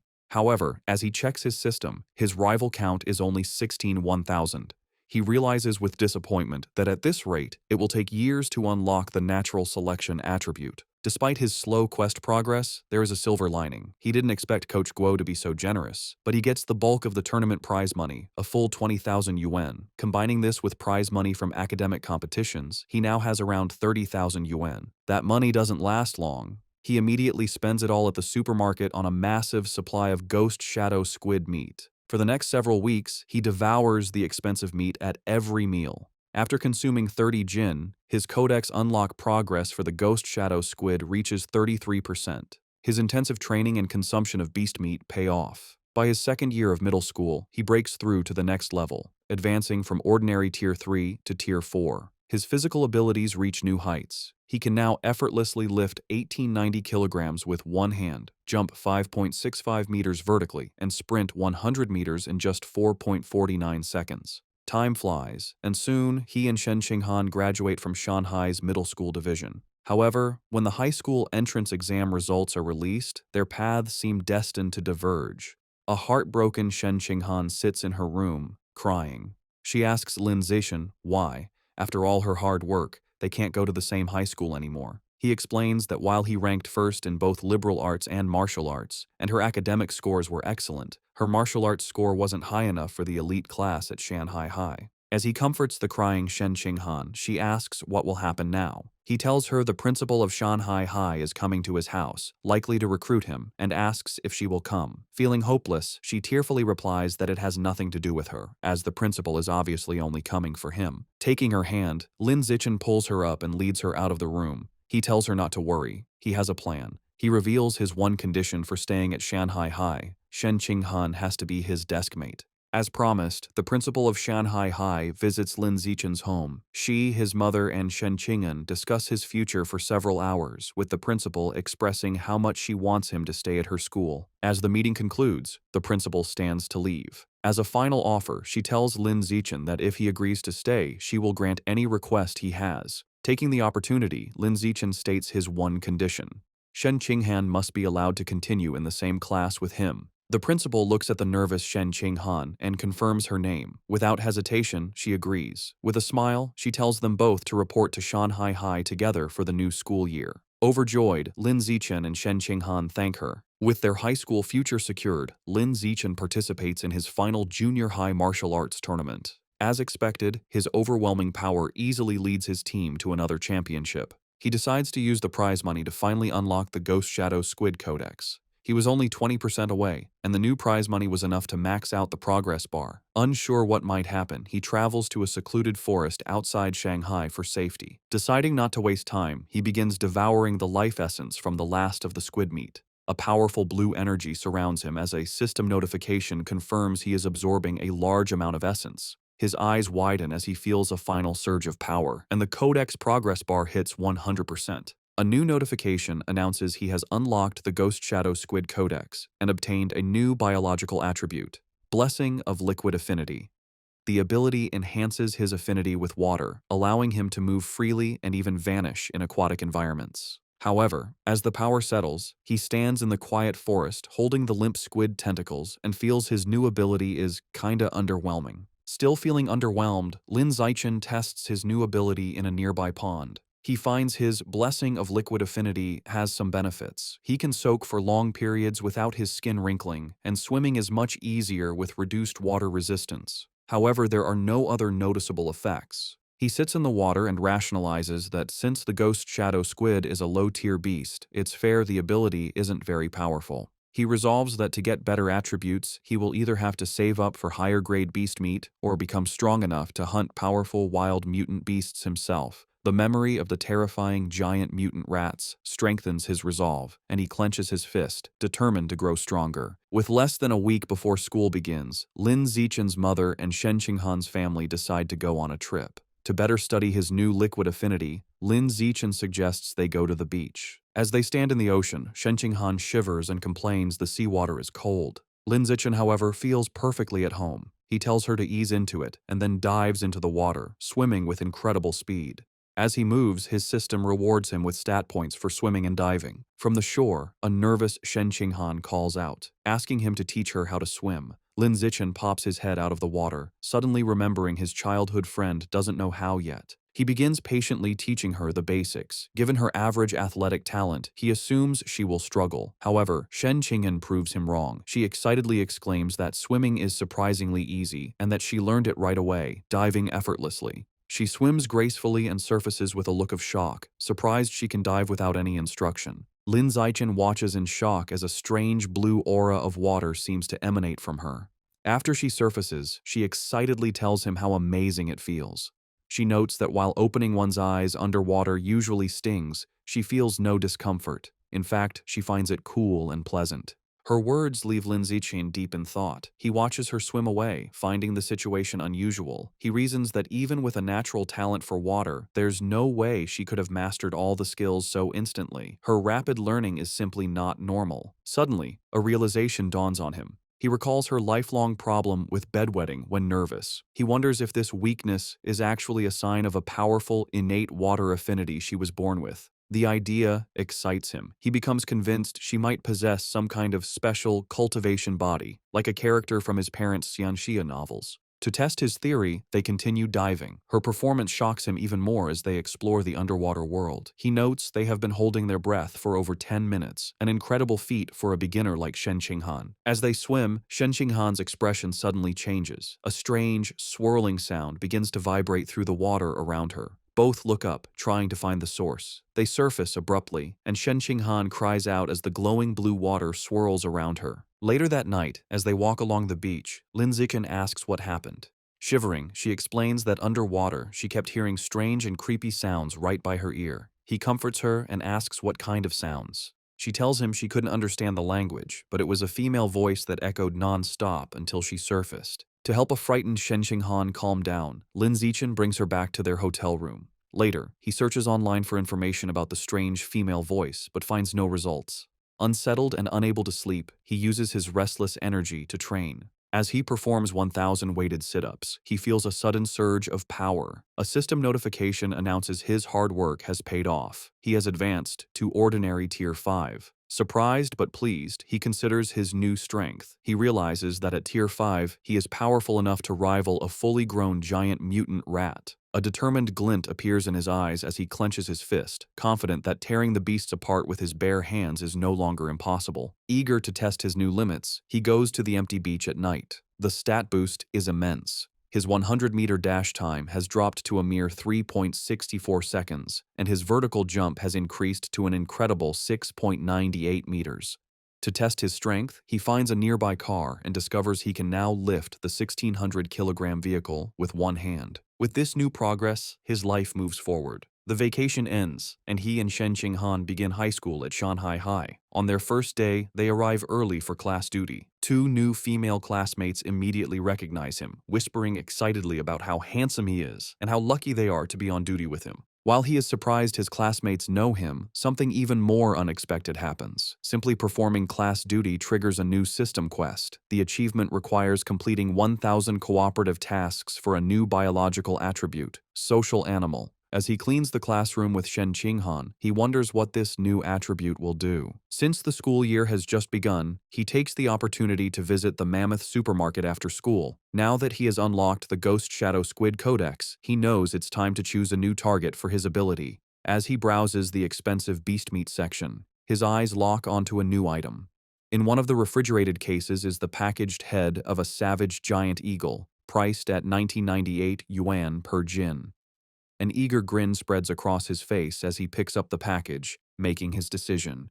This will be his next target. The savage giant eagle is a higher-tier aberrant beast than the ghost shadow squid. It has incredibly powerful vision, 30 times stronger than a normal human's, making it a formidable hunter that can precisely capture even the fastest prey. Back in his room, Lin Zichen examines the eagle meat. He concludes that unlocking its guidebook is a worthy goal, as its enhanced vision would provide a massive combat advantage. He also notes its price of 1,998 yuan per jin makes it one of the more affordable options. He places his hand on the meat, and a blue energy surrounds him as his system confirms he has devoured a trace of the savage giant eagle's life essence, unlocking 1% of its guidebook. After some calculations, he realizes that since 1 jin of meat provides only 1% progress, he will need to spend over 200,000 yuan to fully unlock the guidebook. He understands that high school tournament prize money is much higher than in middle school. With renewed determination, he decides he must work harder in competitions to earn the money to unlock the Savage Giant Eagle's codex before his second year. With the end of summer vacation, Lin Zichen's high school life at Shanghai High begins. On the first day, the teachers introduce themselves: the martial arts and homeroom teacher, the mechanical modification teacher, the gene fusion teacher, and the wilderness survival teacher. After their introductions, they ask the students to introduce themselves. Several students go first. A girl with long purple hair, Chu Yutong, says her specialty is in the arts. She is followed by an energetic pink-haired girl, Zhong Yijia, who shares her love for anime, cosplay, and sports. Next, a boy named Peng Huoguang says he likes to play video games at home. Soon, it is Shen Qinghan's turn. Being the center of attention makes her extremely nervous. With a blushing face, she manages to say her name is Shen Qinghan, that she enjoys drawing, and asks everyone for their future guidance. Finally, it is Lin Zichen's turn. His introduction is the shortest and most direct. He simply stands and states his name, asking for everyone's support. After introductions, time passes quickly. A new female classmate with brown hair approaches Shen Qinghan, who looks surprised. The girl asks Shen Qinghan for her entrance exam score. Shen Qinghan nervously replies that she scored 709 points, and then asks the new girl, Chu Rui, for her score. Chu Rui is impressed, exclaiming that Shen Qinghan's score is more than 10 points higher than her own 698. Chu Rui then asks about the physical fitness portion, admitting she only scored 95 out of 100. This question makes Shen Qinghan extremely uncomfortable. She stammers that her score wasn't as good, internally panicking because her score of 79 was so low she almost didn't make it into the elite class and feels too embarrassed to say it out loud. Not getting the hint, the persistent Chu Rui continues to guess if Shen Qing'an scored 94 or 93. Shen Qing'an, looking down in shame, quietly tells her it was even lower. Chu Rui continues guessing scores in the low 90s, making Shen Qing'an even more flustered. Suddenly, a hand slams down on the desk between them, startling Chu Rui. It's Lin Zichen. He smoothly leans in and asks the flustered girl if he can add her on WeChat. Surprised and thrilled that a handsome boy is giving her attention, she eagerly agrees. From her seat, Shen Qing'an breathes a sigh of relief, grateful that Lin Zichen saved her from the awkward conversation. Lin Zichen then turns to another male classmate, Hey Yu, and also asks to exchange contact information. After adding them, he creates a 4-person group chat. A system notification immediately confirms he has successfully created a group, completing another cooperative task. His progress for the social animal achievement is now at 2 out of 1,000. He reflects that this quest is surprisingly easy. After creating the group chat, the 4 new friends start to get to know each other. He Yu reveals he is from the neighboring Nanyuan city and comes from a prestigious martial arts family that runs a dojo. He even proudly mentions placing 8th in the Nanyuan City Youth Martial Arts competition. Chu Rui shares that her family owns a chain of clothing stores, making her wealthy. After Lin Zichen and Shen Qinghan also share their backgrounds, the 4 quickly become a close-knit group. Just as they are getting comfortable, He Yu asks the others to guess who the strongest student in their class is. Chu Rui immediately points to Lin Zichen, guessing it must be him since he was the top scorer on the entrance exam for their entire district. This shocks He Yu, who had no idea his new friend was so accomplished. However, Lin Zichen humbly suggests that being the top scorer doesn't necessarily make someone the strongest. He reveals a surprising fact. The principal had spent a lot of money to recruit 2 exceptionally powerful students from Nanyuan City for their class. He Yu then points out the 2 students. The first is a boy with blonde hair, Wang Shuojie, the 3rd-ranked student in Nanyuan City, who can run the 100-meter dash in 7.98 seconds. The second is a large, muscular boy, Lu Gang, who has immense natural strength and can easily lift a 300-kilogram barbell with one hand. Shen Xinghan and Chu Rui are both visibly impressed and intimidated. Lin Zichen, on the other hand, remains completely calm. Internally, he scoffs at their achievements, knowing he had surpassed those numbers back in elementary school. Soon, the bell rings again, and the next class is for distributing textbooks. There are 4 main subjects for the semester: martial arts, gene fusion, mechanical modification, and wilderness survival. Since Lin Zichen had already self-studied all the material, he decides to use the free time to find a secluded spot to train. As he trains, his thoughts turn to the larger threats. He remembers the dangerous rat god cult is still active. The police have only captured some lower-level heretics, but the powerful Rat King, their leader, remains at large. This grim reality fuels his determination. He clenches his fist, resolving to increase his power as quickly as possible and reach at least Tier 6, a level he believes will be strong enough to confront even the Rat King. The first practical class is Wilderness Survival. The teacher, Xu Chungbei, gathers the students in a wooded area and asks if any know how to make a fire by drilling wood. He Yu mutters, "It's a useless skill." To everyone's surprise, both Wang Shuojie and Lu Gang step forward and successfully start fires using the primitive method. The teacher is impressed and asks how they learned. Lu Gang explains he learned at a summer camp, while Wang Shuojie says he taught himself by watching videos online. After they are done, Lin Zichen easily teaches the same technique to his own small group, and they quickly master it. Later, in martial arts class, the teacher, Yao Yuanfeng, announces he will teach them a special breathing and cultivation technique. Once again, Wang Shuojie and Lu Gang loudly declare they have already learned it, showing off for the class. Though their demonstration is a bit clumsy, they manage. Lin Zichen, who already knows these skills, decides to maintain his low profile. In this way, over a month passes uneventfully. One day in mechanical modification class, the teacher, Kai Yuanfei, announces a test to check their progress. To motivate them, he reveals cash prizes for the top 3, 888 yuan for first, 666 for second, and 333 for third. Lin Zichen's eyes light up when he hears about the prize money, realizing the first-place reward is almost enough to buy half a jin of the expensive savage giant eagle meat. With everyone motivated, the class begins the exam. Coincidentally, the gene fusion teacher, Liu Duren, has the same idea and also springs a surprise exam with the same prize structure. After the 2 difficult exams, the students are drained. He Yu collapses onto his desk, groaning. The other students complain about how difficult the questions were. One girl laments that she was hoping for a 90 but would be lucky to get a passing grade of 60. While everyone else complains, Wang Shoujie and Lu Gong begin to casually brag. Lu Gong asks Wang Shoujie how he did. Wang Shoujie confidently replies that he should score a 95, as he only struggled with the last part of the final question. Lu Gong nonchalantly agrees, stating he is in the same boat and also expects a 95. Listening to their arrogant exchange, He Yu glares at them, clenching his fists in fury and thinking about how badly he wants to punch them. The teacher announces the results of the mechanical augmentation test. He reads the scores, revealing that Guo Yunling received 52 points, while Shen Qinghan passed with 61. Shen Qinghan excitedly tells Lin Zichen she passed, and he congratulates her on her hard work.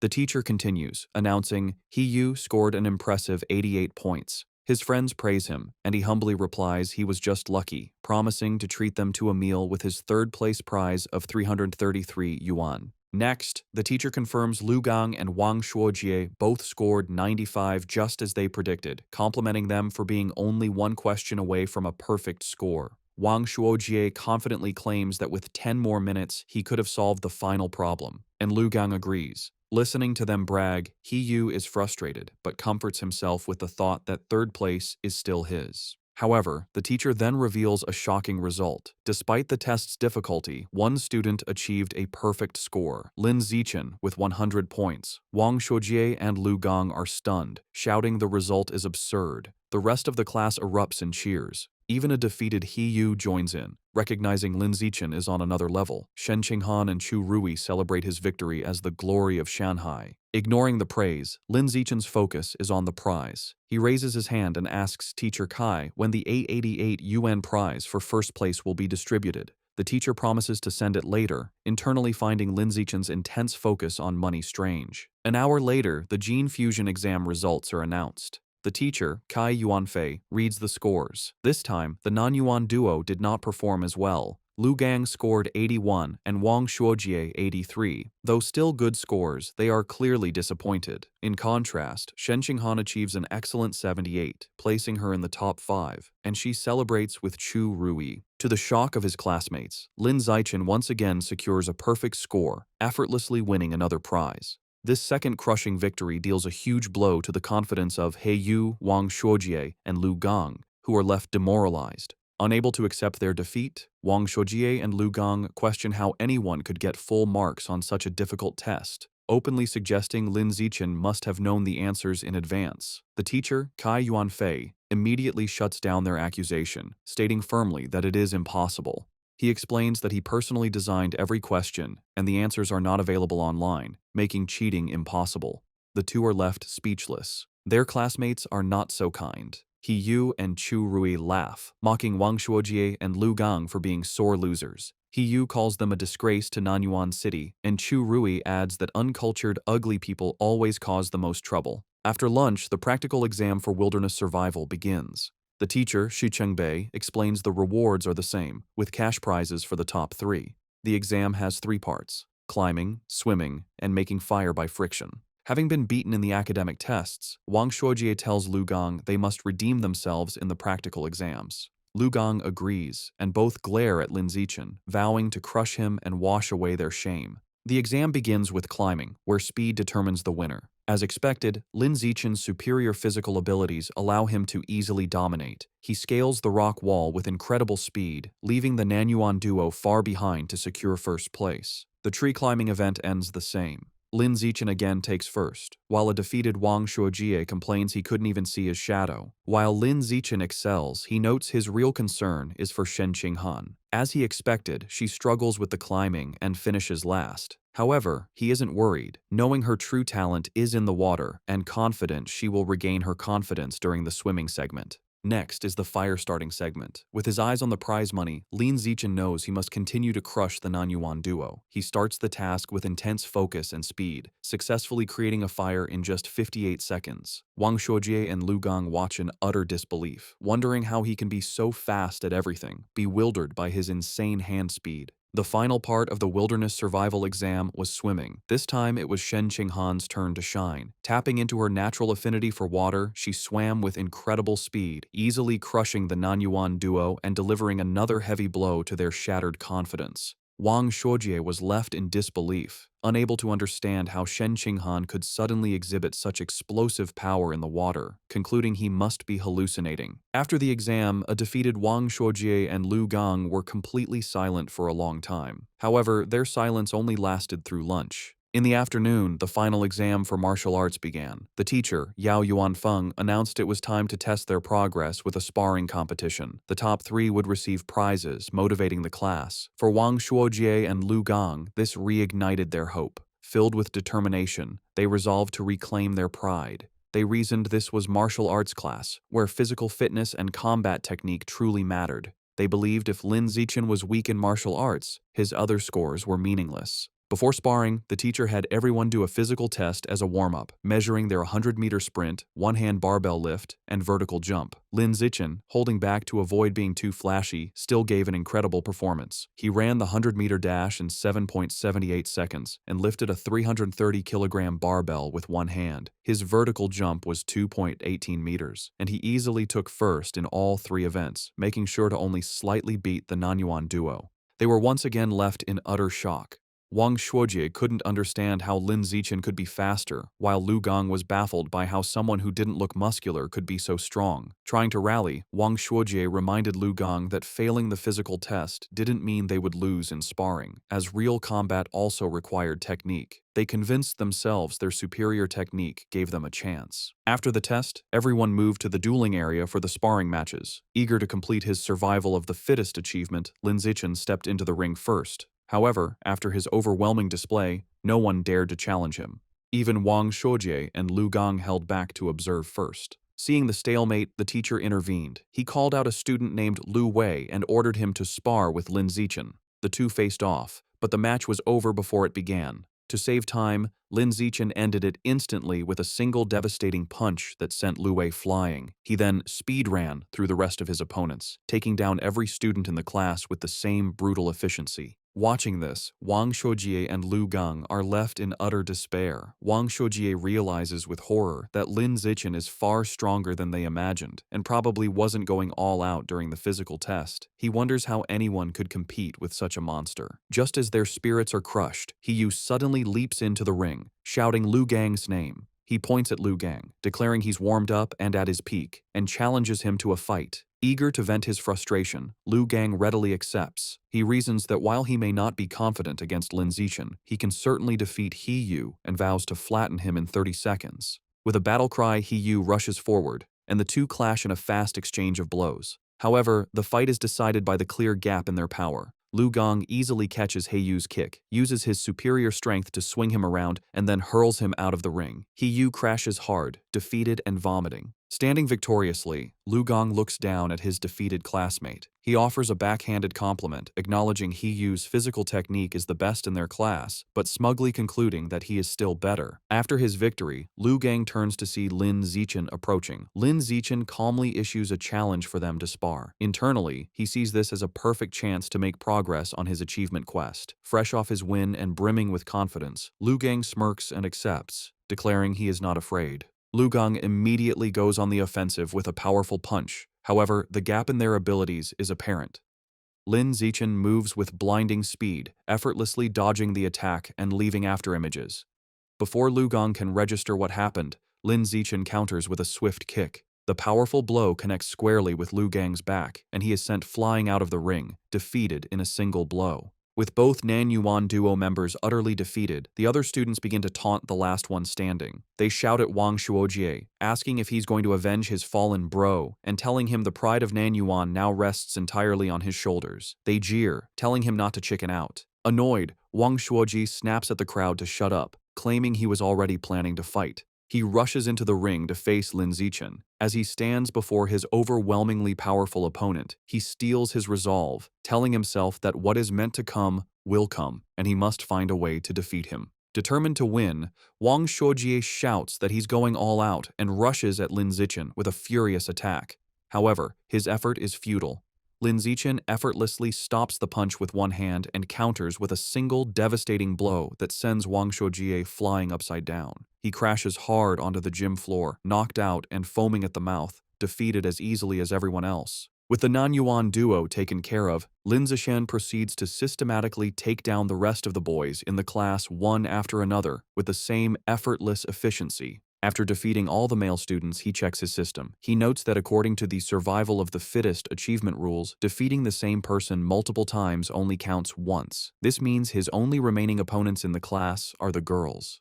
He wonders if any of them will even be willing to spar with him. To his complete surprise, the girls are more than willing. A crowd of his female classmates gathers, blushing and eagerly making heart gestures, all wanting a chance to fight him. The first to volunteer is Chu Yu-tong, who excitedly raises her hand and challenges him. She leaps into the ring and attacks with surprising speed and agility. However, Lin Zichen is still on another level. He easily dodges her attack, leaving her to comment on his incredible speed. She gracefully lands, disappointed that she came so close but couldn't even grab him. Unexpectedly, after Chu Yu-tong's defeat, the other girls also volunteer to challenge him one by one. Of course, Lin Zichen holds back considerably when facing the girls. His main goal isn't to hurt them, but simply to win the official matches and complete his achievement as quickly as possible. Soon, Lin Zichen finishes sparring with all the girls in his class. While he has successfully defeated every student, he is still far from completing his achievement task. He is a bit disappointed, but his mood quickly changes when his teacher, Yao Yuanfeng, suddenly announces some good news.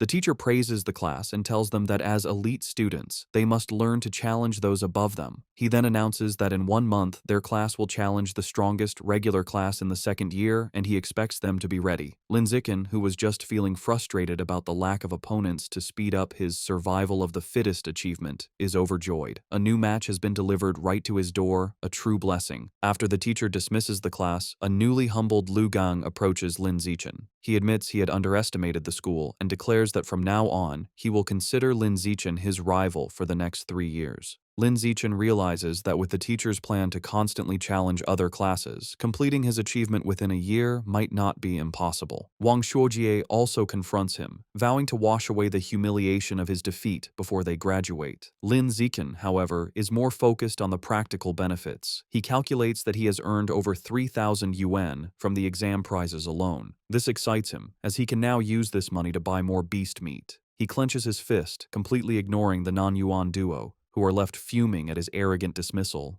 That night, back in his room, he considers his financial situation. Although he earned some money from the rewards, it is still far from enough to buy all the beast meat he needs. To earn more money, he decides to follow in his parents' footsteps and registers as a web novel author, beginning his writing journey. Thanks to his celestial root of wisdom, his writing is exceptional. The next morning, he finds a contract invitation from the Yuiwen platform in his messages. After signing the contract, a piece of news from that very day catches his eye. The report is about a terrifying incident just 2 hours ago. A giant mutant rat had attacked a frozen meat-cold storage facility on the outskirts of the city. The news report details the horrific attack. The mutant rat was over 5 meters long and so powerful that it bit a responding cyborg in half. In a final, desperate act, the captured cyborg activated its hidden backup energy core to self-destruct, taking the enemy with it. The resulting explosion was massive, blowing the giant mutant rat to pieces on the spot. Reading the news, Lin Zichen is horrified. He stares at an image of a monstrous rat, wondering with growing dread how many more of these giant mutant rats are hidden in Shanghai City. He also questions where such enormous creatures could possibly be hiding. The day of the sparring session against the strongest regular class of the second year arrives, and the students gather at the Shanghai High Gymnasium. Before the match, the teacher, Yao Yuanfeng, holds a strategy meeting with his top fighters. He warns them that while their top fighters are strong, the opposing class is stronger overall and will likely use defensive tactics to wear them down. He orders them to finish their fights as quickly as possible. The moment the meeting is over, Lin Zichen rushes towards the ring, eager to defeat as many new opponents as possible to complete his survival of the fittest achievement. He volunteers to go first. His opponent, a tall girl with long blonde hair from the second-year class, steps into the ring. Seeing who she's up against, she immediately complains to her teacher, pointing out that the elite class has sent their strongest fighter out first. She claims she is the weakest student in her own class, and questions how she is supposed to fight him. Hearing this, teacher Yao Yuanfeng storms over to the opposing teacher, an older man he calls Brother Feng. He angrily accuses him of breaking the unspoken rules of class sparring, which dictate that the weakest students should fight first. He demands to know why the other teacher sent his strongest student to fight in the first match. To settle the dispute, Teacher Yao orders Lin Zichen down from the stage, telling him he can go later and to let the weaker students go first. Lin Zichen reluctantly agrees and steps down. The teacher then points to Zhong Yijia and tells her to go first, but she is caught off guard and protests that she isn't ready. Seeing an opportunity, Shen Qinghan steps forward. She volunteers to fight, telling Teacher Yao that since she is the weakest, she should be the one to go first. Shen Qinghan nervously enters the ring to face the tall blonde girl, clearly intimidated. From the sidelines, her classmates, including Chu Rui and He Yu, begin to cheer loudly, shouting encouragement for their friend, Han Han. However, the sudden pressure only makes Shen Qinghan even more nervous. The match begins, and the blonde girl immediately attacks with a powerful punch, which Shen Qinghan manages to block. Despite being outmatched, Shen Qinghan is determined. She knows she can't win, but resolves to hold on for as long as possible, adopting a purely defensive strategy to drain her opponent's stamina. Her plan proves surprisingly effective.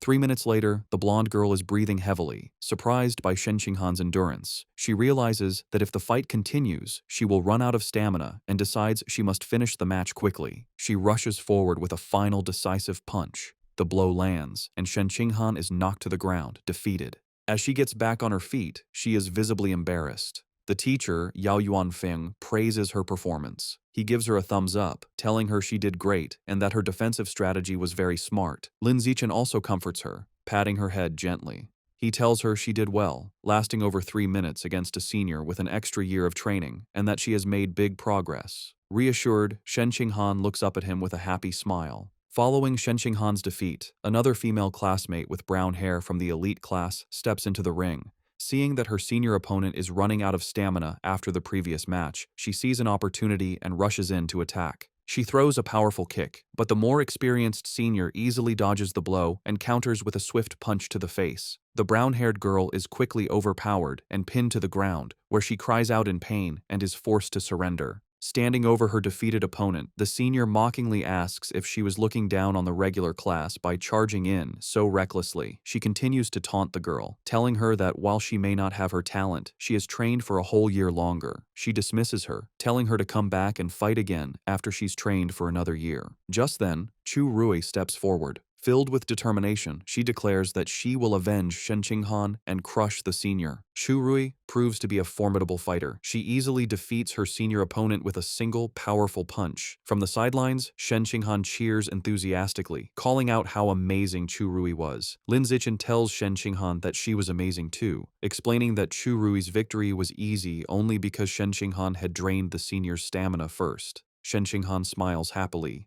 2 hours later, the sparring session continues, and the elite class has evened the score. Teacher Yao Yuanfeng approaches the second-year teacher, Brother Feng, and taunts him, pointing out that his class only has 4 fighters left and that he is confident his class will win the bet. However, he then turns to his students and warns them not to get complacent. He declares that the true strength of their class lies with their 4 top fighters, Lin Zichen, Wang Shuojie, Lu Gong, and He Yu.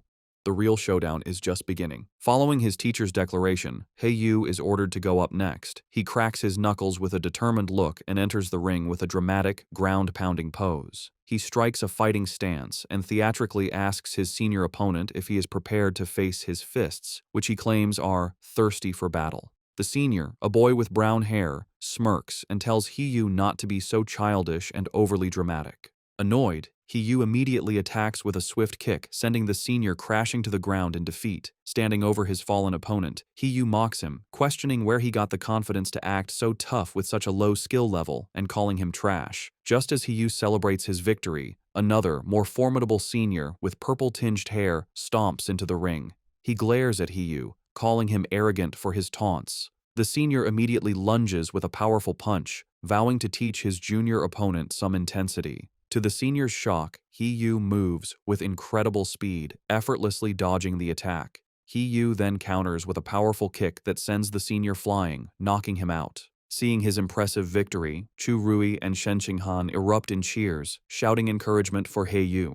Fueled by his success, He Yu goes on an incredible winning streak, defeating several more opponents in quick succession. After taking down 5 consecutive fighters, He Yu stands exhausted, breathing heavily. Despite his fatigue, he puts on a brave face and defiantly shouts for the next opponent, boasting he can still take on 10 more. However, it's clear he is running out of stamina. His impressive run ends when he is defeated by his sixth opponent. With He Yu eliminated, the situation looks dire for the elite class. They are now down to their last 3 fighters, while the second-year class still has 13 members remaining. With He Yu defeated, Wang Shuojie is next. He unleashes his full power, going on an incredible winning streak and single-handedly defeating 10 opponents in a flurry of furious kicks and punches. However, the long series of battles takes its toll. During his 11th match, Wang Shuojie finally runs out of stamina and is defeated. Following him is Lu Gang, who quickly dispatches 2 more of the opposing team's top fighters in less than 10 minutes. With their opponents now down to their last fighter, teacher Yao Yuanfeng smugly suggests that the second-year teacher, Brother Feng, should just surrender.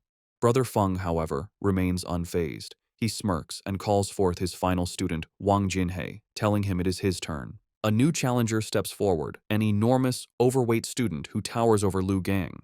Despite his opponent's intimidating size, Lu Gang is not impressed. Dismissing him as just a slightly larger fatty, he rushes into attack, confident he can beat him. He lands a powerful punch on Wang Jinhei's massive belly, but to his shock, the blow has no effect. He feels as if he just punched solid rubber. He tries again, unleashing a rapid barrage of punches, but all his attacks are harmlessly absorbed by his opponent's thick layer of fat.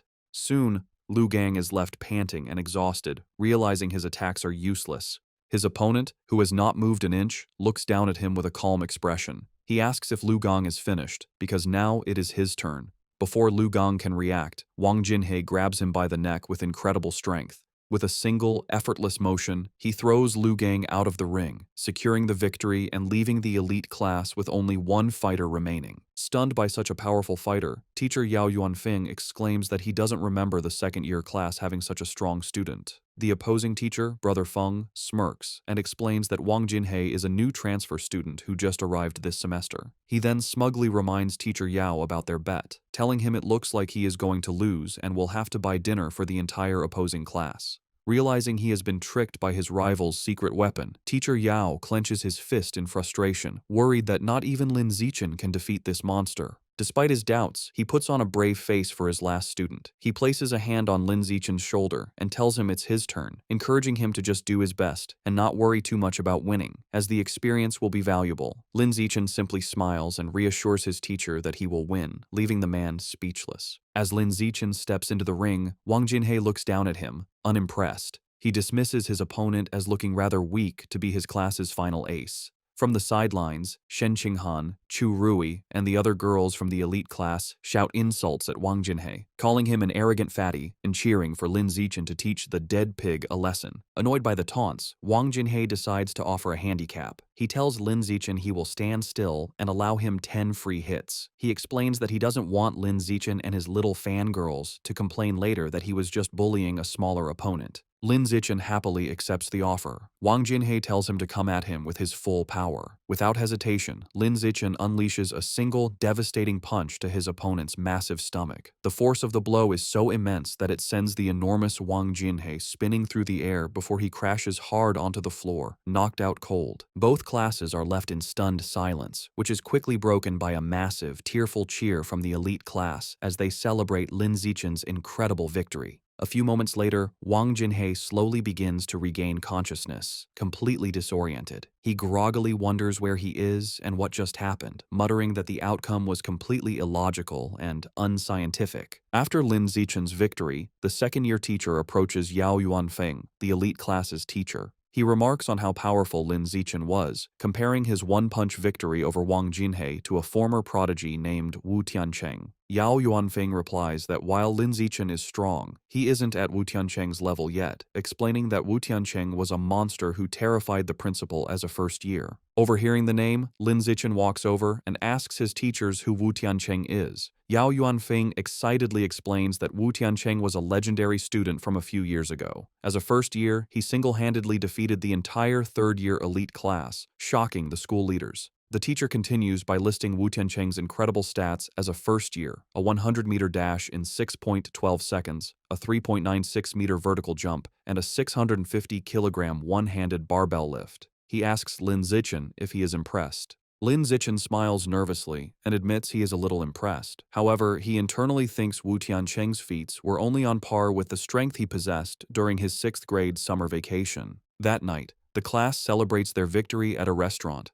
Teacher Yao Yuanfeng holds up a soda for a toast. He joyfully announces that because Lin Zichen secured their win, the second-year teacher had to honor their bet and pay for everyone's feast. The entire class raises their glasses, cheering for Lin Zichen's performance. During dinner, Lin Zichen is surrounded by his classmates, including He Yu and Chu Rui. Now famous in school, they are all eager to know his training secrets and add him on WeChat. Lin Zichen finds this new attention a bit strange. Amidst the chaos, he observes that Shen Qinghan hasn't changed. Worried he won't be able to eat, she quietly puts food on his plate. During the celebration, Shen Qinghan suddenly gets a shocked expression. Looking flustered, she quickly tells Lin Zichen she needs to go to the restroom and rushes away. As she leaves, Lin Zichen notes that while some things change, her urge to pee when nervous or excited has remained the same. In the restroom, 2 of their female classmates are gossiping. One complains about how Shen Qinghan fawns over Lin Zichen like a maid, always pouring his drinks and peeling his shrimp. The other agrees, questioning how someone with Shen Qinghan's lack of strength could have gotten into the elite class if not for being his sycophant. She cruelly adds that their relationship won't last, as the difference in their abilities is destined to drive them apart. Unseen, Shen Qinghan overhears their entire conversation and is visibly hurt. However, instead of hiding, she confronts them. With newfound determination, she firmly tells the startled girls that she is not a sycophant, she is his childhood friend. Later that evening, as they walk home, Lin Zichen notices she seems dejected and asks if something is wrong.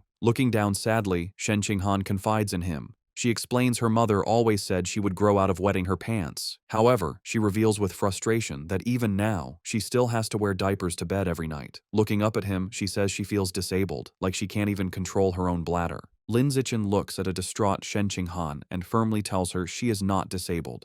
He gently places his hands on her shoulders to comfort her, explaining that her inability to control her bladder is actually a superpower that hasn't fully developed yet. Shen Qinghan looks up with wide, hopeful eyes, questioning if it's really a superpower. Lin Zichen confirms it, telling her that her natural talent in the water is a manifestation of this power. Intrigued, Shen Qinghan asks if his own amazing abilities are also because he has a superpower. Lin Zichen confidently replies that yes, just like her, he also has a superpower. Excited by the idea, Shen Qinghan wonders what kind of power she might have.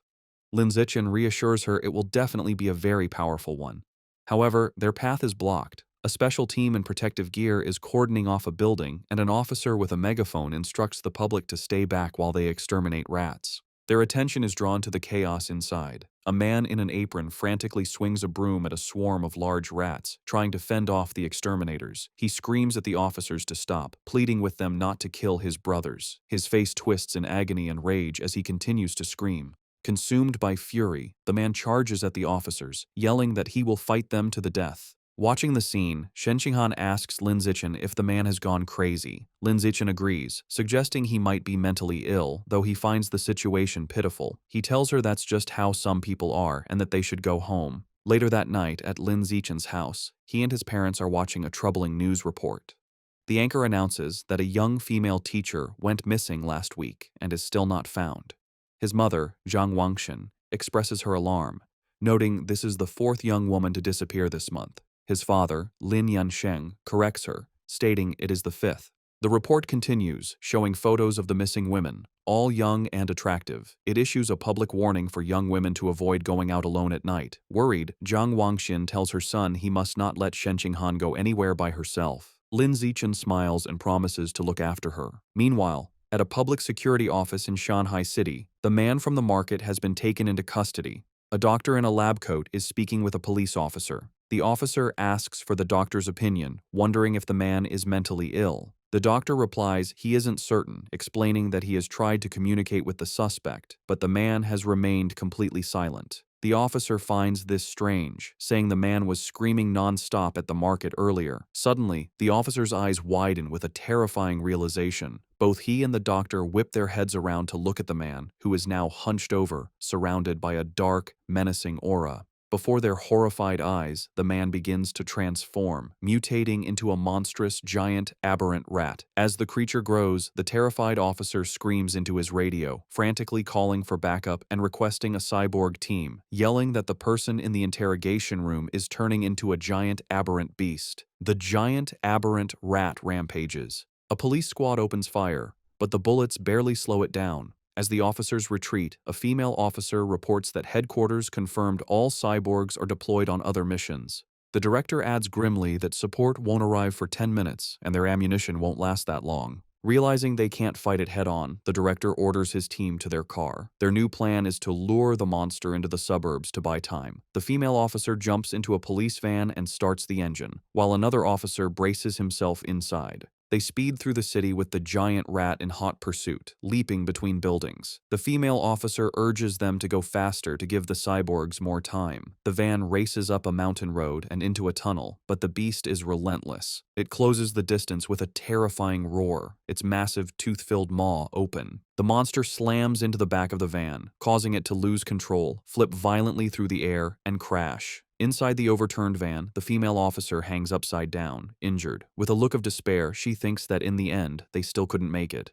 Just as the giant aberrant rat roars in triumph over the wrecked van, a massive explosion engulfs it. Help has arrived. A female cyborg with short purple hair and sleek armor. Hovering in the air, she locks on and unleashes a barrage of powerful purple missiles. The projectiles slam into the monster, creating a series of fiery explosions as she gives the command to kill. After the smoke clears, the cyborg lands on the crater-filled road. She finds a large tunnel and realizes the rat escaped by digging its way out, noting the beasts seem to be getting smarter. However, she sees shredded flesh and blood on the ground and concludes the creature is seriously injured and couldn't have gotten far. She decides she has a good chance to track it down. The scene shifts to the city skyline at 3 a.m. In his room, Lin Zichen is at his computer, not training, but writing. He reflects on his progress as a web novel author. He has written daily for over half a month, and his novel is now nearly 200,000 words. More importantly, his paid income has already surpassed 10,000 won. He thinks about the novel's future potential, noting it is still in the new book period. He eagerly wonders how much money he will make once it is officially launched. Too excited about his novel's income to sleep, Lin Zichen decides to train. He finds a deserted, unsurveilled alley to test his recent efforts. As he practices, he is pleased with his progress. His 100-meter sprint time has dropped to an incredible 3.43 seconds, and his vertical jump has reached 7.22 meters. He feels that if he continues improving at this rate, he will eventually achieve a saintly body. His training is interrupted by an unsettling gnawing sound. He turns and sees a shadowy figure hunched in a dark corner. The figure is a grotesque, rat-like creature, a mouseman. It is chewing on a human arm. Noticing Lin Zichen, the creature begs for its life, pleading for forgiveness and explaining it was just too hungry. It strangely promises that once full, it will come and pay its respects every year. Lin Zichen stares in horror, recognizing the creature as a mouseman. He immediately connects this sight to the news report about the giant mutant rat that escaped. He wonders with dawning dread if this creature is that same beast, now in a more humanoid, but no less monstrous form. Realizing the extreme danger, Lin Zichen decides he must inform the police. However, as he turns to leave, the mouseman panics, thinking he is its next meal. It stammers that it doesn't have to eat him and can go find others to devour instead. Before Lin Zichen can react, the creature springs into action. It leaps off the alley walls with blinding speed, ricocheting from side to side in a series of lightning-fast jumps. The mouseman lunges at him, screaming it wants to eat human meat as hunger overrides its fear. The attack is so fast that Lin Zichen realizes there is no time to dodge. With no other option, he faces the monster head-on. As the creature closes in, Lin Zichen meets its charge with a single, devastating kick to its jaw. The impact sends the mouseman spinning through the air before it crashes hard to the ground. The beast struggles to its feet, clutching its bleeding chest. It stares at Lin Zichen in disbelief, wondering how a weak-looking student could possess such overwhelming strength. Stunned and injured, the mouseman stares back at Lin Zichen, shocked by his unexpected power. Before it can recover, a rock suddenly flies through the air and slams into its head. Seizing the advantage, Lin Zichen gives the monster no chance to retaliate. He unleashes a furious storm of rocks, throwing them with incredible speed and precision. The mouseman is completely overwhelmed by the relentless assault, unable to defend itself as the rocks pummel its body. After a few moments, the onslaught stops. Lin Zichen stands at the end of the alley, breathing heavily. He watches the spot where the creature fell, noticing it is no longer moving.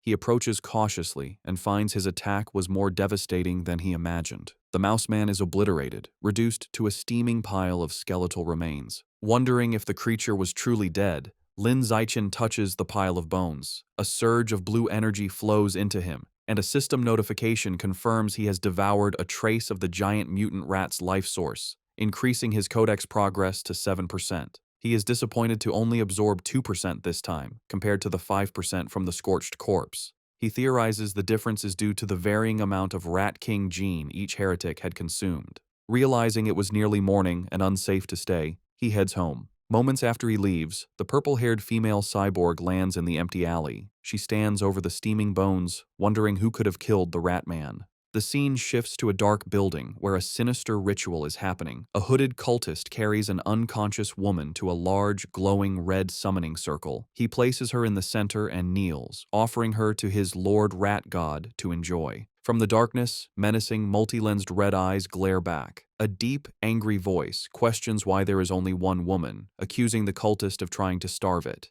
The voice complains the offering isn't even a mouthful and threatens to make the cultist part of the sacrifice. The cultist prostrates himself in terror, desperately begging to explain. Still on the floor, the terrified cultist explains that young women have become cautious lately, rarely going out at night and always traveling in groups, making them hard to capture. The massive, shadowy rat god looms over him, its deep voice commanding that if women are too difficult, he should catch young men instead. The cultist immediately agrees. Suddenly, a large, bloody chunk of raw meat is thrown onto the floor. The cultist greedily grabs it and begins to devour it raw, thanking his Lord Rat God for the blessing. As he eats, the ritual reaches its gruesome climax. Massive red tentacles emerge from the summoning circle, wrapping around the unconscious woman and lifting her into the air. The monstrous, multi-eyed maw of the rat god opens wide and devours her whole. Sounds of chewing and crunching echo through the building. After its meal, the Lord Rat God gives one final, chilling order. It tells the cultist not to capture ordinary people next time, complaining their meat is too bitter. The entity declares it wants to eat nobles who live in luxury, believing their meat will be more tender.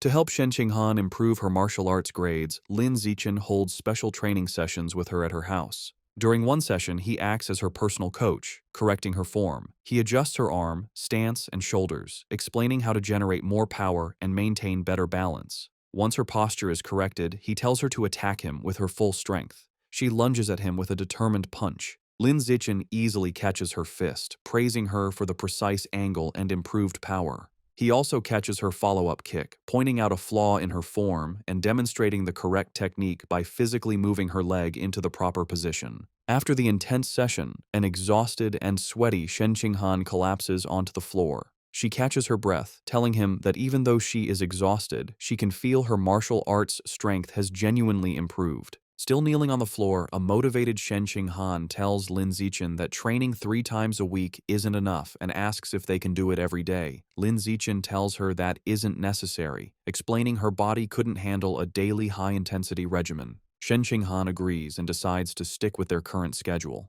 Just then, Lin Zichen's phone buzzes. As he takes it out, Shen Qinghan leans in curiously, asking if it's a special news report. He looks at the screen and sees 2 major headlines. The first announces that the Jishin Corporation will provide free treatment for former mechanical prodigy girls left disabled by early mechanical modifications.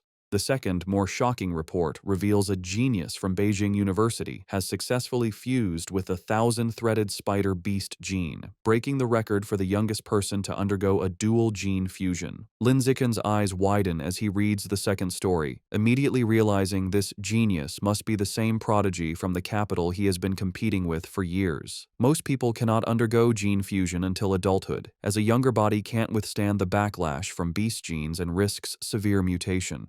However, this prodigy has now successfully undergone a second gene fusion at the young age of 18. Lin Zichen is left to ponder the prodigy's incredible physical talent and wonder if gene fusion is indeed the best path to power. At his house, Lin Zichen is busy with his new career as a web novel author. Thanks to his incredible writing speed, his novel is an instant hit. The comment section is filled with readers amazed by his output, with one calling him a tentacle monster for posting 50,000 words on the first day. Lin Zichen reflects that with his use in advance and celestial root of wisdom attributes, a month of practice allows him to type at 10,000 words per hour. This efficiency means writing takes only about an hour a day, leaving him plenty of time for training. His father, Lin Yansheng, enters and praises his success. He estimates that if Lin Zichen maintains a stable plot and a 10,000-word daily pace, he could earn around 50,000 wen in his first month.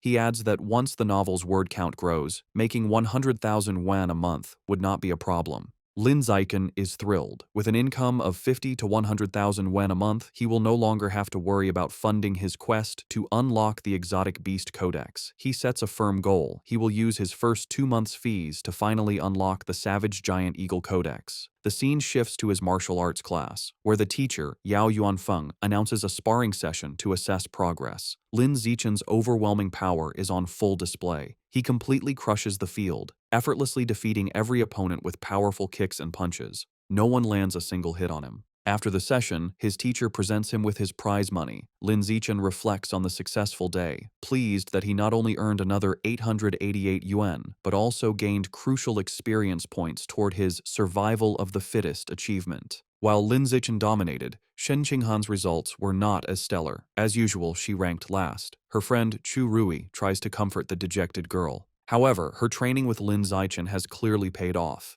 She now has the ability to fight back. A flashback shows her previous match against Wen Yuntong, the second worst student in the class, where she was defeated in under 3 seconds. This time, Shen Qinghan held her ground for nearly 3 minutes. More impressively, she actively traded blows, landing several punches and kicks. Her martial arts teacher, Yao Yuanfeng, was very impressed by her progress. He praised her hard work and encouraged her to keep it up.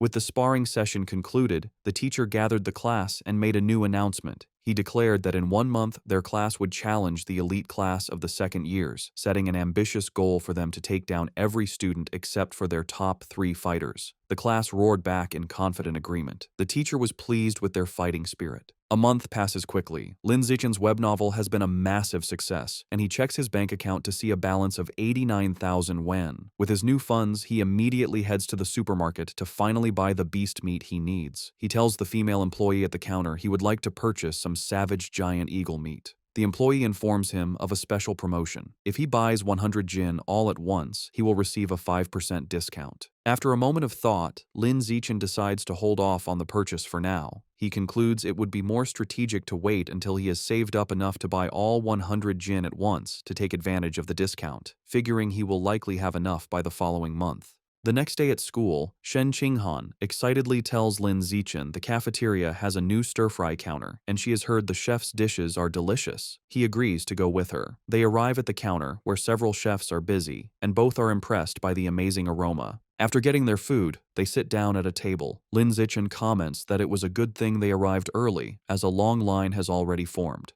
Their meal is interrupted by a loud argument in the line. One student accuses another of cutting, but the second claims his desk mate was saving his spot. The argument escalates, with the first student insisting saving a spot is still cutting, and the second becoming defiant. Shen Qinghan recognizes one of the voices and points out to Lin Zichen that their friend, He Yu, is the one arguing. She asks if they should check on him. Lin Zichen glances over and calmly tells her it probably isn't necessary, observing that He Yu has an aggressive presence and seems to have already scared the other guy off. Lin Zichen's assumption is incorrect. The student He Yu was arguing with stands his ground, looking down at He Yu with a condescending expression and calling him a punk. He Yu finds himself surrounded as the student is joined by his friends. The leader of the group asks He Yu what his deal is. One of the other bullies smugly states they have no deal. They are simply cutting in line. Enraged, He Yu yells at them to get to the back of the line. He is shocked by their audacity and realizes he is outnumbered. Despite this, He Yu tries to hold them back, spreading his arms to block them. He wonders why no one in the crowded cafeteria is stepping in. From their table, Shen Qinghan watches with concern, pointing out to Lin Zichen that their friend He Yu is being bullied.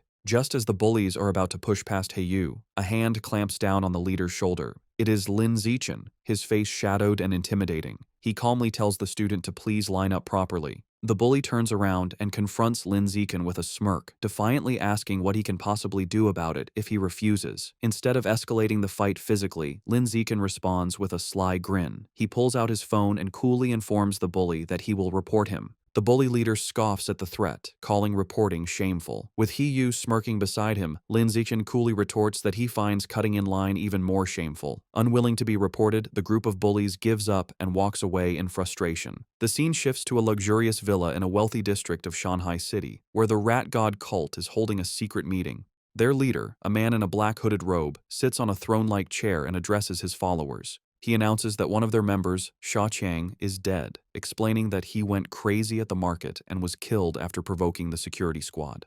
Another cultist mutters that it is good riddance. The leader then introduces a new young man who will be taking Sha Qiang's place. He relays a new, chilling order from their Lord Rat God. From now on, they must only capture and sacrifice noble elites, as their god finds ordinary people to be too bitter. This new directive causes concern. Two members speak up, arguing that capturing nobles is too risky. They reason that while a missing ordinary person might be overlooked, a missing noble would cause serious trouble. The cult leader suggests they target the sons of rich but powerless merchants to lower the risk. He then turns his attention back to the newcomer. He instructs him that, as he is new, he should not go after nobles yet. Instead, he is to practice by capturing a handsome young man as a sacrifice to one of the rat god's subordinates. The newcomer, his face hidden in the shadows of his hood, confidently accepts the mission, promising he will not just find any handsome man, but will offer the most handsome man in the entire city to the divine child. In the classroom, He-yu is still fuming about the cafeteria. He tells Lin Zichen he investigated the students who cut in line and discovered they are from Class 3 of the second year, the same top honors class they are scheduled to challenge. He-yu can't believe students from an elite class could be so rude. Leaning against the lockers, Lin Zichen looks at his phone and remarks that good grades don't mean a person has good manners. His expression shifts as a news alert catches his eye. He reads that another wealthy heir has gone missing, the fifth recently. Knowing the kidnappers haven't asked for ransom and remembering the rat god cult's order to capture nobles, Lin Zichen grimly concludes the cult is behind these disappearances. The day of the competition arrives, and students gather in a large gym with 2 fighting rings. Tension between the classes is high, as the students who bullied He-yu glare at him, and He-yu makes a defiant gesture in return. After both classes warm up, the sparring matches begin. Just as she did last time, Shen Qinghan takes the first fight. Her opponent, a senior from the honors class, immediately attacks with a fierce kick. Shen Qinghan blocks the strike, but the senior's power is too great. Her defense is broken, and she is knocked to the ground, defeated. The senior is formidable, as other first-year girls, including Chu Rui, are also swiftly defeated one by one without landing a single hit. The first year's losing streak is broken when a muscular, short-haired girl defeats the senior with a powerful kick. However, this victory is short-lived. The next senior, a girl with long red hair, immediately seizes control. She is an overwhelming opponent, defeating 9 first-year students in a row in less than 10 minutes, including 3 boys. The first-year class is now down to its last 4 fighters: Lin Zichen, Wang Xiujie, Lu Gang, and He-yu. The situation is bleak, as the second-year honors class has only lost 5 students, all girls. A staggering 36 of their students, none of them boys, have yet to fight. Their teacher, Yao Yuanfeng, clenches his fist, feeling the gap in strength is hopeless. With limited options, Yao Yuanfeng tells He-yu it is his turn, asking if he can take out the 6 remaining girls on the opposing team. He-yu confidently agrees, declaring it will be easy, particularly motivated by fighting more attractive female seniors. True to his word, He-yu handles the matches with ease and successfully knocks all 6 remaining girls out of the ring.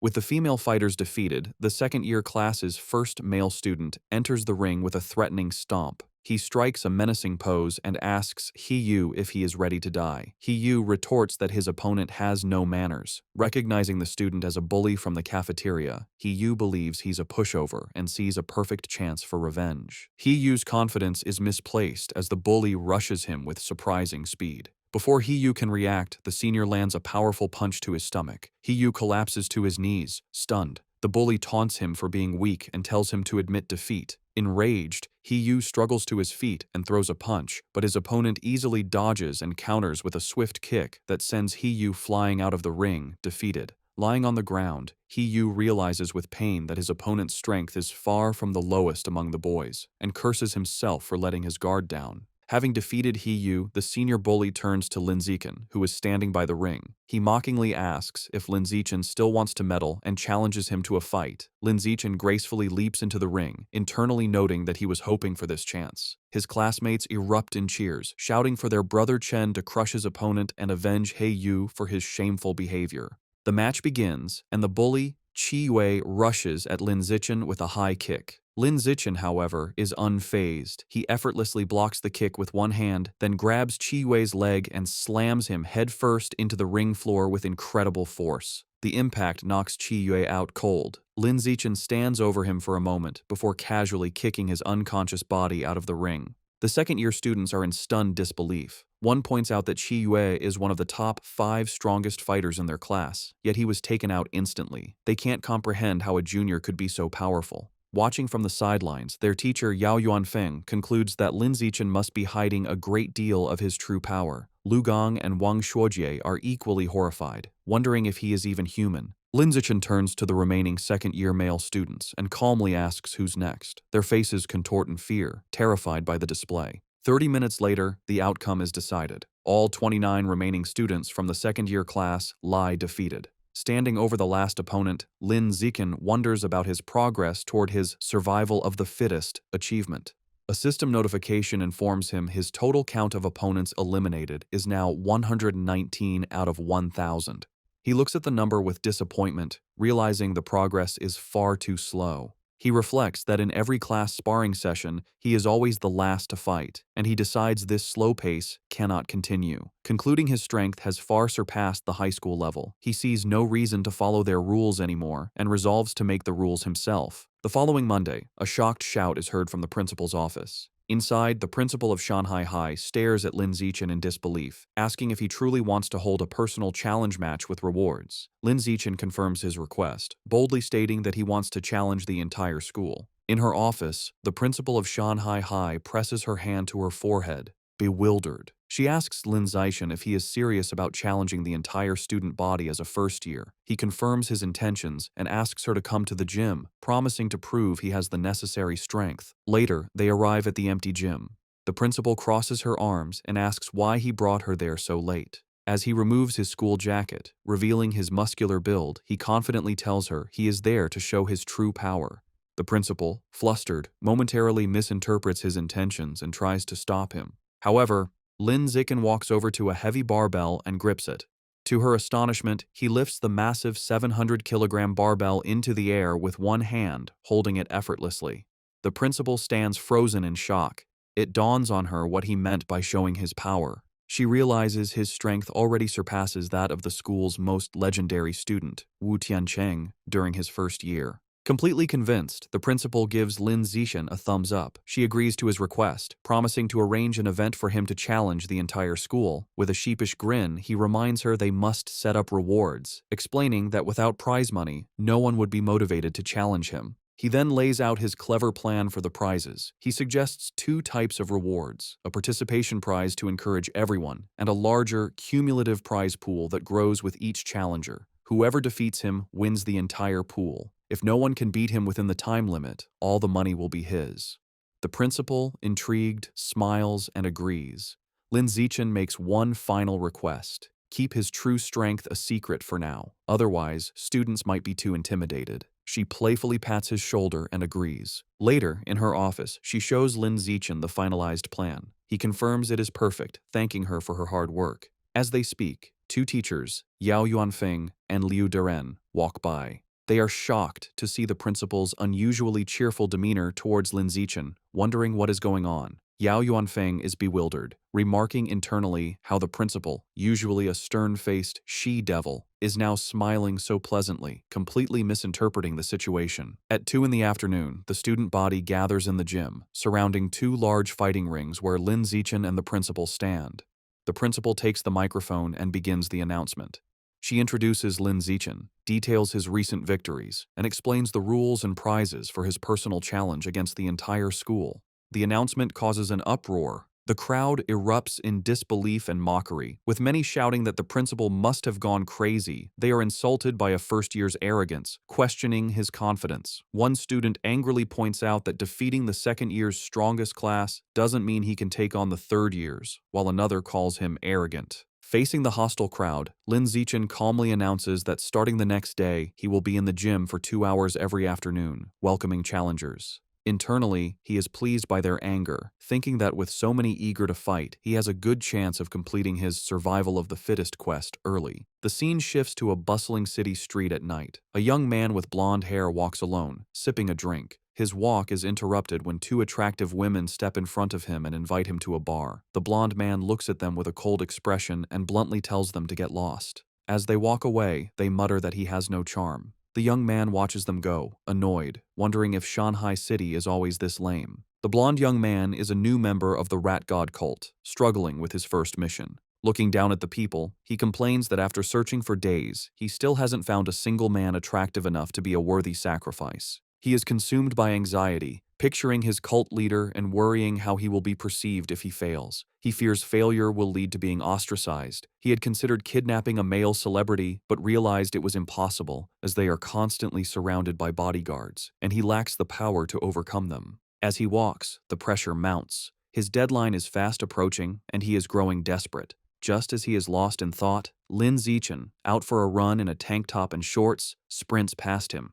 The blonde man turns, and his eyes widen. He is immediately struck by Lin Zichen's appearance, thinking he has finally found an incredibly handsome man. He has found his target. The blonde cultist watches Lin Zichen run, feeling triumphant relief. After searching for so long, he has found the perfect target without even trying. A wide, sinister grin spreads across his face as he confirms his decision. Lin Zichen will be his sacrifice. He begins to follow his target, watching as Lin Zichen turns down a deserted industrial alleyway. Seeing the secluded area, the cultist's face twists into a horrifying black-eyed grin. He knows this is the perfect opportunity. Deciding it is time to strike, he unleashes his power and undergoes a grotesque transformation, his body contorting into a monstrous beast with a massive, tooth-filled maw. However, just as the transformed cultist is about to attack, a brick comes flying out of nowhere and smashes directly into its head with a sickening, bloody impact. The transformed cultist stumbles, clutching its head in pain and confusion after being struck by the brick. From the shadows, Lin Zichen emerges, holding the brick he just threw. He calmly remarks to himself that he didn't expect to find a rat person while out for a run, seeing it as a fortunate chance to increase the unlock progress for his guidebook. The monster trembles in terror, thinking that this human is horrifying and is speaking words it cannot comprehend. It feels incredibly unlucky to have run into him. Before it can react further, the monster collapses to the ground, dead. Lin Zichen looks on in surprise, finding it hard to believe that he killed the creature just by picking up and throwing a single brick. He wonders how a follower of the rat god cult could possibly be so weak. Deciding not to dwell on it, he quickly kneels beside the dead monster to absorb its life essence before anyone else arrives. A system notification appears, confirming he has devoured a trace of the giant mutant rat's life essence and that his guidebook progress has increased to 8%. He looks at the result with disappointment, noting that it only went up by 1%. He concludes that the pathetically low amount of essence is why this particular rat person was so weak. Thinking about his safety, Lin Zichen decides that he won't be coming out for night runs for a while. He knows that not all of the cult's followers are this weak. Some of the more powerful members have incredibly strong bodies after transforming, durable enough to even withstand firearms. The next morning, Lin Zichen is at home when he sees a shocking news report on television. He learns that at 3 o'clock that morning, the Municipal Public Security Bureau, in cooperation with a chemical tutor from Shanghai University, successfully wiped out the rat god cult. The report explains that the tutor is a high-level gene fuser who single-handedly defeated the monstrous Rat King. The broadcast shows footage of the incredible battle, where the massive, multi-eyed beast unleashes a terrifying barrage of sharp spikes at the winged, red-haired gene fuser. The tutor endures the powerful attack but ultimately emerges victorious. The entire fight lasted only 30 seconds, ending with the colossal Rat King collapsing in defeat as the gene fuser lands, securing a swift and decisive victory. Watching the display, Lin Zichen is left in deep thought, his expression grim. He contemplates the immense power he just witnessed, wondering if this is the true strength of a high-level being and acknowledging how truly formidable it is. In a modern, well-lit room, two men in tactical gear are having a conversation. A blue-haired man, sipping from a cup, asks his companion, a man with spiky orange hair named Tiancheng, if he has been able to contact their teacher yet. Tiancheng confirms that their teacher is still out of contact. He adds that the entire group of powerful individuals who went to suppress a riot at a place called Source Site 36 remain missing. The blue-haired man then asks about the current situation at the site. Tiancheng replies that it is relatively stable, explaining that if it weren't, he wouldn't have been free to come and clean up the little shrimp that escaped during the initial chaos. The blue-haired man seems to question his dismissive term. The blue-haired man reflects on the immense power of the Rat King, a monster that the entire Public Security Bureau was helpless against. He then internally acknowledges that in the face of a genius high-level being like Tiancheng, the monstrous Rat King was indeed just a little shrimp. Changing the subject, the blue-haired man playfully puts his arm around Tiancheng's shoulders, suggesting that since he is already there, he should visit their old school to give a lecture. Tiancheng resists, stating that he isn't an idle person and has a real job to do. The blue-haired man playfully insists, telling him that providing some ideological guidance to their cute junior students is also a form of work. Deep within a dark cavern under the light of the full moon, it is revealed that the Rat King survived its battle with Wu Tiancheng. The creature explains its recent actions, stating that at first, it only ate beggars, then it moved on to eating young people. Now, it kneels in submission, admitting that it eventually developed a taste for the pampered elite. The Rat King is not alone. It prostrates itself before a new, far more terrifying monster. A colossal, green-skinned being with glowing red eyes and immense power. This new monster scolds the Rat King, angrily telling it that it went to great trouble to bring the Rat King there to have its clan dig tunnels. Instead, the Rat King went around eating people and caused a huge commotion that drew unwanted attention. The giant monster glares down and menacingly asks the Rat King if it believes it deserves to die for its failure. Terrified, the Rat King begs its master for another chance. The giant monster considers the plea and agrees that it can give the Rat King another chance, but it clarifies that there will be a price to pay. Without another word, the monster's clawed hand strikes the Rat King, and a spray of blood fills the air. Deep in the cavern, the giant green monster continues punishing the Rat King. Having ripped out one of its eyes, the monster holds the bloody orb and remarks that while the sewer rat's eyes smell foul, they taste delicious. The monster then grabs the cowering Rat King, acknowledging its cleverness for hiding and sending a subordinate to pose as the Rat King to be defeated by the authorities. This reveals the creature Wu Tiancheng fought was merely a decoy. However, the monster delivers a final, chilling warning. If the Rat King fails to dig tunnels as commanded, it will still die. Meanwhile, back at Shanghai High, the day of Lin Zichen's personal challenge has arrived. As he walks toward the gym, he is the subject of intense gossip. Students point him out as the arrogant first year who dared to challenge the entire school, with many eager to watch. Lin Zichen, however, is focused on his phone, where he is looking at a wanted notice for the 9 fugitive members of the Rat God cult, noting the 500,000 yuan reward for their capture. He thinks of them as a walking fortune, but his practical nature takes over, and he reminds himself that if he ever encounters one, his first priority is to stay safe before thinking about the bounty. He arrives at the gym to find it packed with students surrounding the fighting rings, just as he had hoped. Looking at the sea of potential opponents, he knows the large turnout is not just due to his challenge, but also because of the final part of his plan, the participation prize. To motivate the crowd, Shen Qinghan stands on the sidelines with a megaphone, announcing that every participant will receive a lottery ticket for a chance to win generous prizes. The announcement works perfectly, and the male students erupt in excitement. They shout about the amazing prizes, including the latest game consoles and smartphones, though one boy is more interested in the possibility of touching Shen Qinghan's hand during the lottery. This same boy eagerly reaches forward to be the first volunteer. However, before he can finish speaking, a female student leaps over him, stepping on his head as she declares she will go first. This opens the floodgates, and a massive, chaotic crowd of female students rushes forward, trampling the boys as they all clamor for a chance to fight Lin Zichen. Soon, the fighting ring is filled with a large group of girls who have surrounded Lin Zichen, eagerly declaring they want to challenge him. The challenge, however, quickly becomes his female classmates fawning over him. One girl touches his arm, excitedly exclaiming how strong he feels, while another caresses his face, admiring how handsome he is. Completely surrounded, Lin Zixin thinks the situation has taken a strange turn. He feels reluctant to fight girls but steels his resolve. Knowing that to complete his achievement, he has no other choice. He begins to concentrate his power. With a series of gentle but firm pushes, he sends the girls flying out of the ring one by one. Finally, he unleashes a wave of energy that repels them all at once, apologizing as they are cleared from the ring. After the chaos has settled, Lin Zixin checks his system. A notification shows his progress for the survival of the fittest achievement has now reached 309 out of 1,000.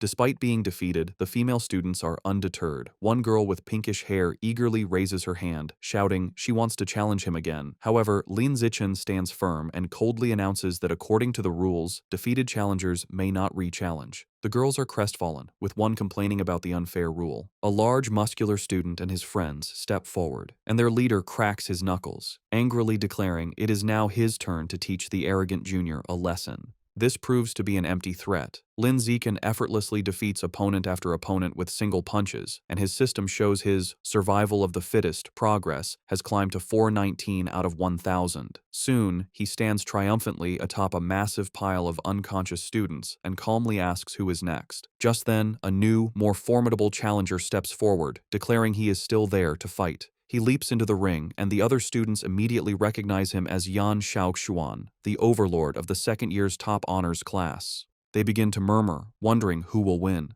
The consensus is that Yan Xiaoxuan has the advantage, recalling his legendary reputation for once defeating an entire class single-handedly, though he was eventually put in his place by a third-year instructor. Yan Xiaoxuan lands in the ring and addresses Lin Zixin, telling him he was once arrogant just like him, but was taught a valuable lesson. He explains that he learned there is always someone stronger. He then launches into a condescending monologue, offering to teach Lin Zixin a life lesson. Completely ignoring the speech, Lin Zixin turns to the teacher and simply asks if he can begin. The flustered teacher quickly declares the start of the match. Before Yan Xiaoxuan can finish his advice, Lin Zixin interrupts him with a single, devastating kick that sends him flying across the ring. As Yan Xiaoxuan crashes into the far wall, Lin Zixin casually puts a finger in his ear, remarking with relief that it is finally quiet.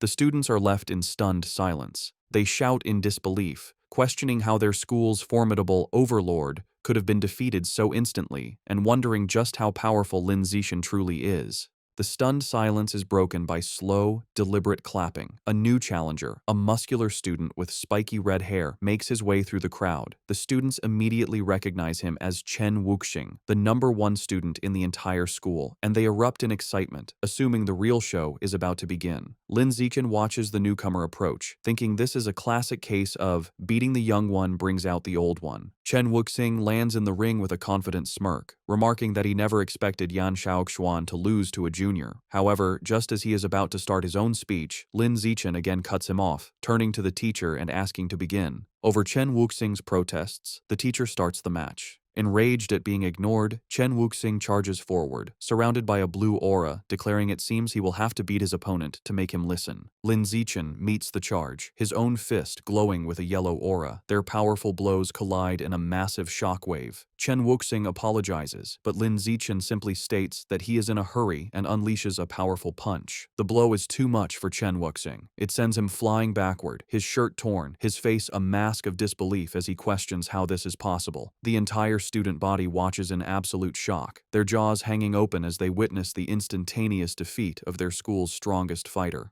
With the school's strongest fighters defeated, Lin Zixin turns to the still stunned crowd. He points to a random student and tells him to get in the ring to fight. The student points to himself in disbelief, and Lin Zixin confirms it, stating they haven't fought yet. The student nervously asks him to be gentle, but Lin Zixin smiles and reminds him that if he participates, he will get a lottery ticket. Motivated, the student rushes into the ring, and Lin Zixin promises to go easy. His promise is short-lived, as he immediately knocks the student out with a single punch. A system notification confirms that his achievement progress for survival of the fittest has increased by 1. Seeing this, the rest of the student body realizes there is no shame in losing to someone so overwhelmingly powerful, and they still have a chance to win the lottery prizes. Renewed enthusiasm sweeps through the crowd as they all surge forward, motivated by the prospect of winning a new smartphone. What follows is a systematic and effortless series of victories for Lin Zixin. He stands his ground, easily dispatching every student who challenges him, with his system's counter ticking up by 1 with each defeated opponent. After the final student is defeated, a large system notification appears, announcing that by eliminating 1,000 different competitors, he has successfully completed the achievement. Another notification immediately follows, confirming he has finally acquired the new biological attribute, survival of the fittest. Lin Zixin clenches his fist, a look of pure triumph on his face, ecstatic that his long and arduous challenge has finally paid off. With his quest complete, a system notification details Lin Zixin's new reward. He has acquired the biological attribute, survival of the fittest, which increases the damage he inflicts on other living beings. He strokes his chin thoughtfully, concluding that while it is a simple and practical damage-boosting ability, he is slightly annoyed the system doesn't specify the exact value of the increase. His objective achieved, Lin Zixin leaps down from the ring and announces the challenge is over. The female students are disappointed, complaining it ended too quickly, and they wanted to watch him more. Wasting no time, Lin Zixin grabs Shen Qinghan's hand, leads her through the parting crowd, and they quickly leave the emptying gym. Later, a hearty laugh is heard from the principal's office. Inside, the principal of Shanghai High sits on her desk, congratulating Lin Zixin for officially earning the title of the school's #1 fighter. Leaning in close, she playfully questions him, suggesting that since he defeated even Chen Wuxing in an instant, he must surely be hiding his true strength. Sitting on the couch with Shen Qinghan, Lin Zixin sips his drink and modestly replies that he only hid a little of his power. The principal gives him a knowing look, clearly not believing him. She brings up Chen Wuxing's recent special entrance exam for Kyoto University, where he lifted a 690-kilogram barbell with one hand. Based on that, she confidently estimates that Lin Zixin's own one-handed lift must be at least 800 kilograms. Internally, Lin Zixin knows he cannot let her find out his true, much higher strength. He plays along, telling her that her guess is nearly perfect, and his official data shows a lift of 795 kilograms. The principal laughs triumphantly, pleased she was right. As she celebrates, Lin Zixin tries to get her attention. Having established himself as the school's strongest, Lin Zixin immediately turns to his true priority. With an eager expression, he raises his hand and asks the principal when he can expect the 8,810 yuan prize money. Amused by his focus on money, the principal playfully calls him a little rascal, but agrees and immediately transfers the funds. Just as the principal begins to discuss his new responsibilities, Lin Zixin interrupts, asking if there is anything else he can do for her. He then makes a special request. Since both he and Shen Qinghan enjoy swimming, he asks for use of the gym's swimming pool. He clarifies that he wants exclusive access, meaning the pool should be closed to everyone else whenever they use it. The principal smiles and readily agrees. Internally surprised at how easily she consented, Lin Zixin adds one more condition. He explains that he dislikes being watched in his swim trunks, so he will be covering the security cameras during their private sessions. This statement causes Shen Qinghan to blush furiously. The principal's mind immediately jumps to a suggestive conclusion, thinking about the implications of a boy and girl being alone in a pool with the cameras covered. Her imagination runs wild, picturing a romantic and steamy encounter between the two of them. Playing along with her own misunderstanding, the principal retrieves a key from her desk, telling Lin Zixin that she will, of course, satisfy all of his requests. She hands him the key, officially designating the pool as their exclusive, private swimming area. As he takes it, she leans in close and whispers a final, teasing warning, telling him to just be careful not to create a new life while they are in there. Her suggestive comment leaves Lin Zixin completely baffled, as he wonders what she could possibly mean by a new life. As they walk down the school hallway, Lin Zixin looks at the key to the swimming pool. He thinks to himself that with exclusive access, he can finally begin to properly explore the true nature of Shen Qinghan's mysterious abilities. His thoughts are interrupted when Shen Qinghan stops him, saying she has a favor to ask. With a nervous expression, she explains she signed up for a singing competition. While she has practiced her solo parts, she still needs someone to help her with the duet section. She shyly asks if he can practice with her that evening, and Lin Zixin readily agrees. Overjoyed, Shen Qinghan throws her fist in the air and happily skips away. Lin Zixin watches her go, thinking about how much this competition means to her. He smiles, hoping she will be able to find her confidence through it. Later that night, at Shen Qinghan's apartment, the two are in her room practicing. She sings into a microphone while Lin Zixin sits and listens, providing the other part of the duet from his phone. Meanwhile, in the living room, Shen Qinghan's parents, Shen Jianye and Xu Meng, are watching. Her father expresses concern, asking his wife if it is appropriate for them to be alone in a room together now that they are older.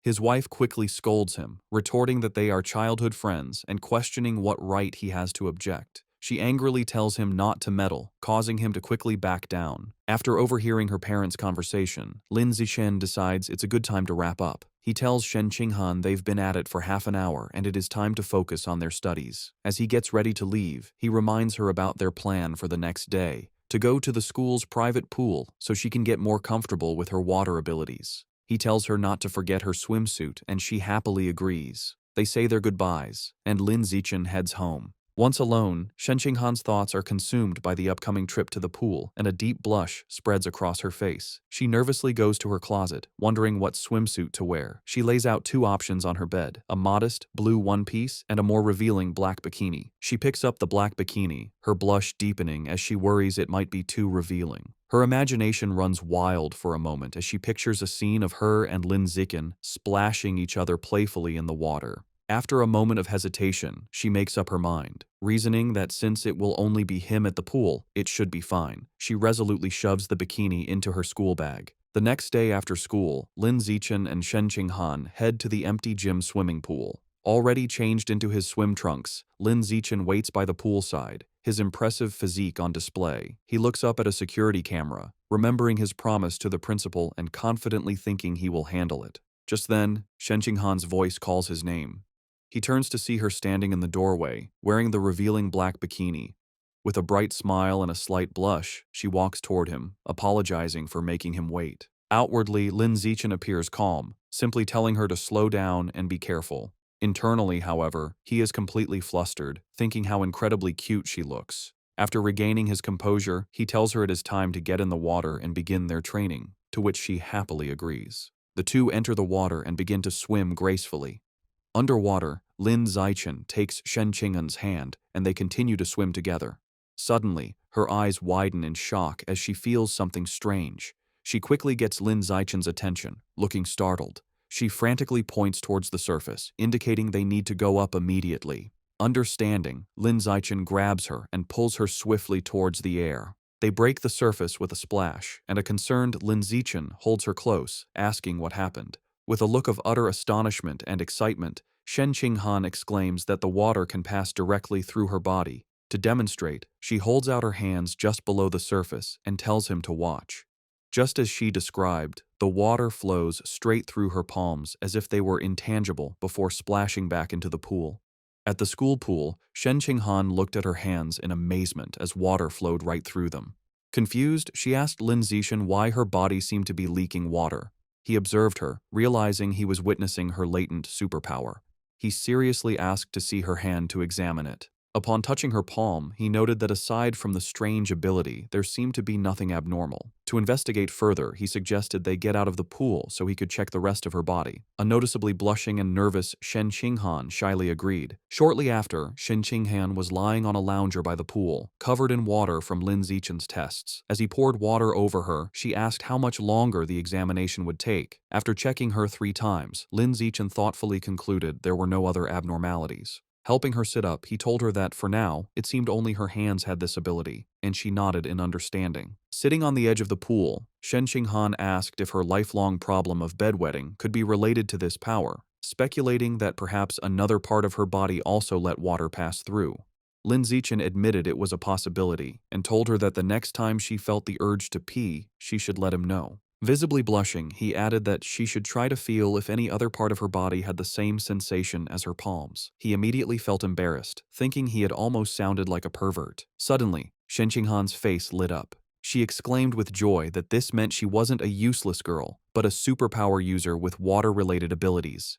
With newfound determination, she thought that maybe, if she managed to fully develop her power, she could finally stand by Lin Zixin's side as a worthy partner. The story continues in a bustling city at night, with large holographic ads for cyborgs. Lin Zixin enters a supermarket, where a friendly female clerk welcomes him. He confidently walks to the counter, slides a card across it, and makes an astonishing request: 100 jin of the expensive savage giant eagle meat. The clerk is shocked by the massive order. She nervously takes his payment card and a note with a delivery address, stammering her agreement. As Lin Zixin leaves, the clerk watches him go, wondering which wealthy young master could be so extravagant. Despite her surprise, she professionally completes the order form, even asking for a good review with a smile. Later, in a secluded industrial area, Lin Zixin receives his delivery. He reflects on his finances, noting he had just received 120,000 yuan from his web novel, bringing his total funds to 210,000 yuan. He thinks this is more than enough to cover the cost.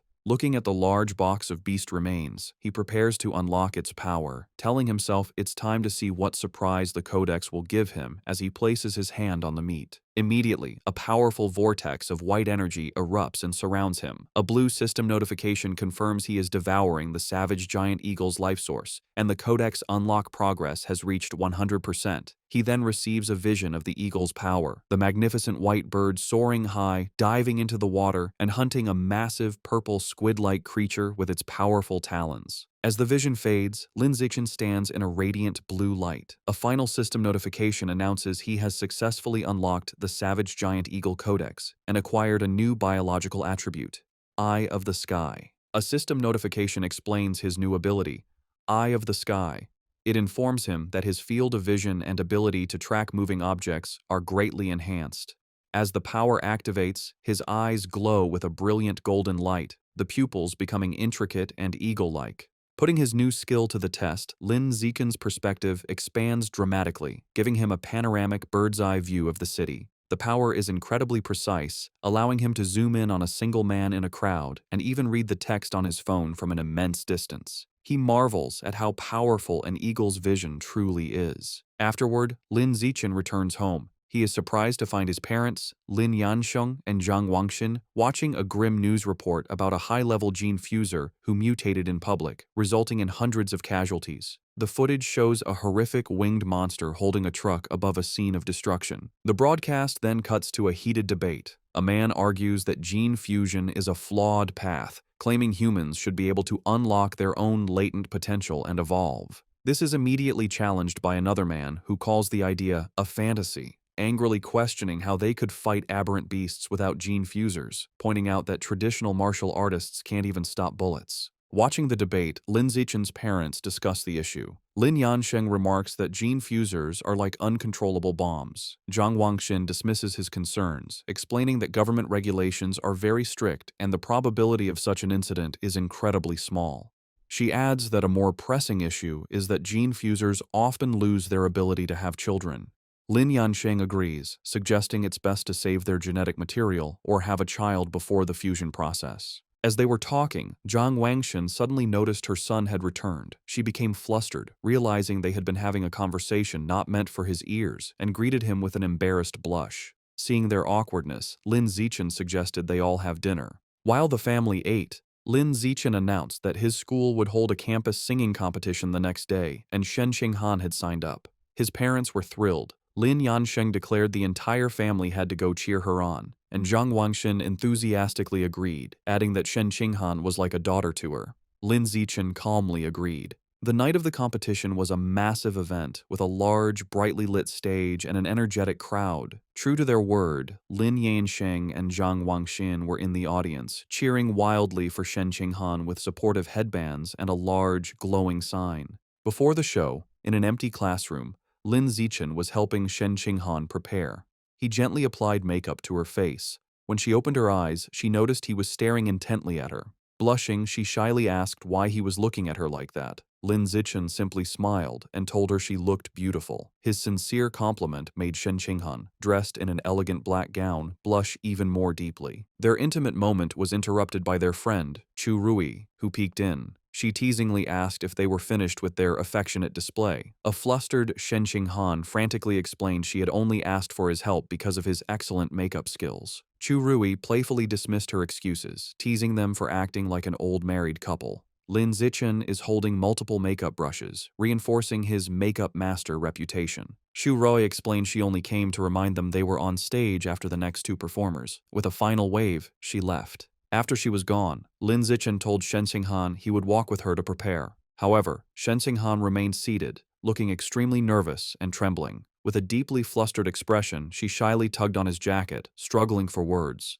A moment later, she blurted out that she had lost control of her bladder again, revealing her nervousness had triggered her unusual condition, leaving a wet stain running down her elegant dress and onto the floor. Overwhelmed with despair, Shen Qinghan cries hysterically. She tells Lin Zichen their performance is about to start and worries she has ruined everything. She fears everyone will hate her if they find out she wet her pants. Lin Zichen calmly approaches her, holds her face, and tells her to stop crying or her makeup will be ruined. As they stand alone in the empty classroom, an idea strikes him. His gaze falls on the large white curtains. Wasting no time, he grabs scissors and rips a curtain from the wall. He spreads it on a table and skillfully begins cutting the fabric. Shen Qinghan watches in amazement, her tears stopping. In a moment, he transforms the curtain into an elegant, multi-layered white dress. Moved by his ingenuity, she whispers his name. Lin Zichen presents his creation and tells her to hurry to the bathroom to change. Blushing, Shen Qinghan says that's not necessary and asks him to turn around so she can change right there.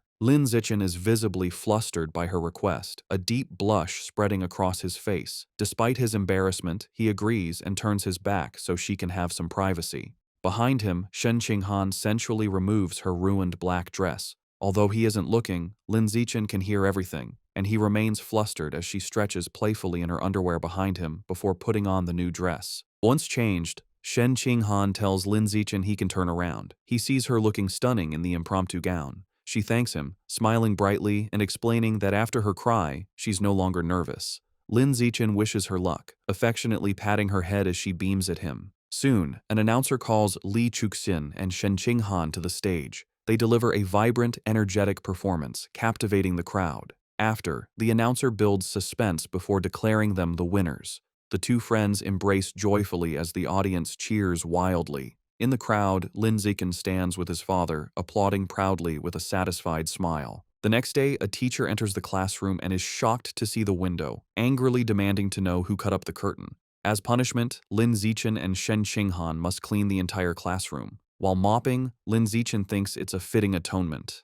Suddenly, a system notification pops up, announcing he completed an achievement for cooperating 1,000 times. His reward is the Gregarious Animal attribute, which increases his combat power based on nearby allies. A small, satisfied smile crosses his face at this unexpected gain. Meanwhile, Shen Qinghan's life has improved. After her victory, she becomes much more popular. Other girls praise her singing and invite her to karaoke. Beaming with newfound confidence, she happily agrees. Her confidence also helps her martial arts skills improve steadily. Lin Zichen also progresses, winning a major martial arts tournament, the first for Shanghai High in 5 years. He is celebrated by his parents, a joyful Shen Qinghan, and his teammates. Soon his room is filled with trophies. His fame leads to an endorsement deal, making him the spokesperson for the He family's martial arts gym. All his hard work pays off.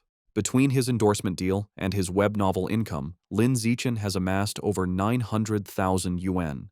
Looking at his bank balance, he concludes it's more than enough to unlock the next codex. Lin Zichen goes to a secluded area to pick up his next order from the friendly supermarket clerk. Inside the large box are the remains of a hidden dragon, a large lizard-like creature known for stealth. Placing his hand on the meat, Lin Zichen begins the absorption process, and a powerful blue aura erupts around him. A system notification confirms he is devouring the hidden dragon's life source, and the codex unlock progress reaches 100%.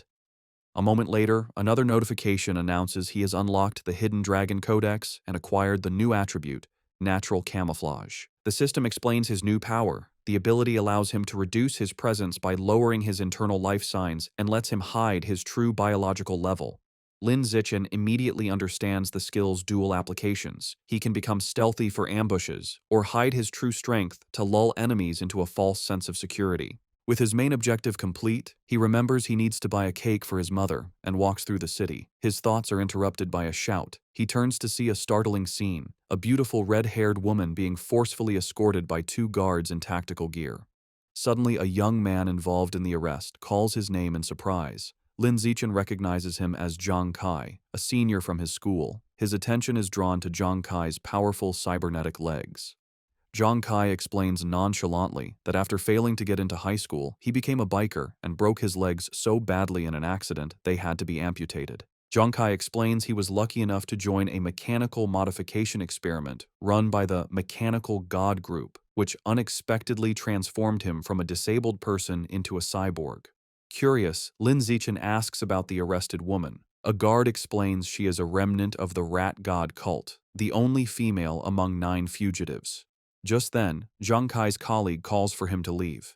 As he hurries off, he waves goodbye, promising to talk later, and Lin Zichen waves back. Watching them go, Lin Zichen becomes suspicious. The public security department searched for the rat god cult fugitives with all its resources and found nothing, yet the mechanical god group captured one with ease. He concludes this group is not to be underestimated. His thoughts are interrupted by a call from his mother, Jiang Wangxin. She asks if he bought the cake and when he'll be home. He says he's on his way and will be back soon, and she reminds him to be careful. The scene shifts to a lively birthday celebration. Since their birthdays are a day apart, their families always celebrate together. Their parents are gathered singing "Happy Birthday." For their 18th birthday, they stand side by side and blow out the candle on their cake. After, their mothers tell them to exchange presents. As they happily give each other gifts, their happy moment is shattered as the room begins to tremble violently. The families are thrown off balance, someone shouting if it's an earthquake. Lin Zichen instinctively grabs Shen Qinghan to steady her, but Lin Zichen immediately senses this is no ordinary earthquake. Something feels terribly wrong. Deep beneath the city, the true cause is revealed. A massive cavern teeming with an endless swarm of rats, their red eyes glowing as they surge upwards. The next morning, a TV news report dismisses the previous night's event. An anchor explains that Shanghai City is not on a tectonic plate boundary, so a major earthquake is unlikely, and advises citizens not to panic. At breakfast, Lin Zichen finishes his meal and tells his parents he is leaving for school. His father tells him to be careful. Outside, Shen Qinghan is waiting and cheerfully asks to walk to school together, to which he agrees.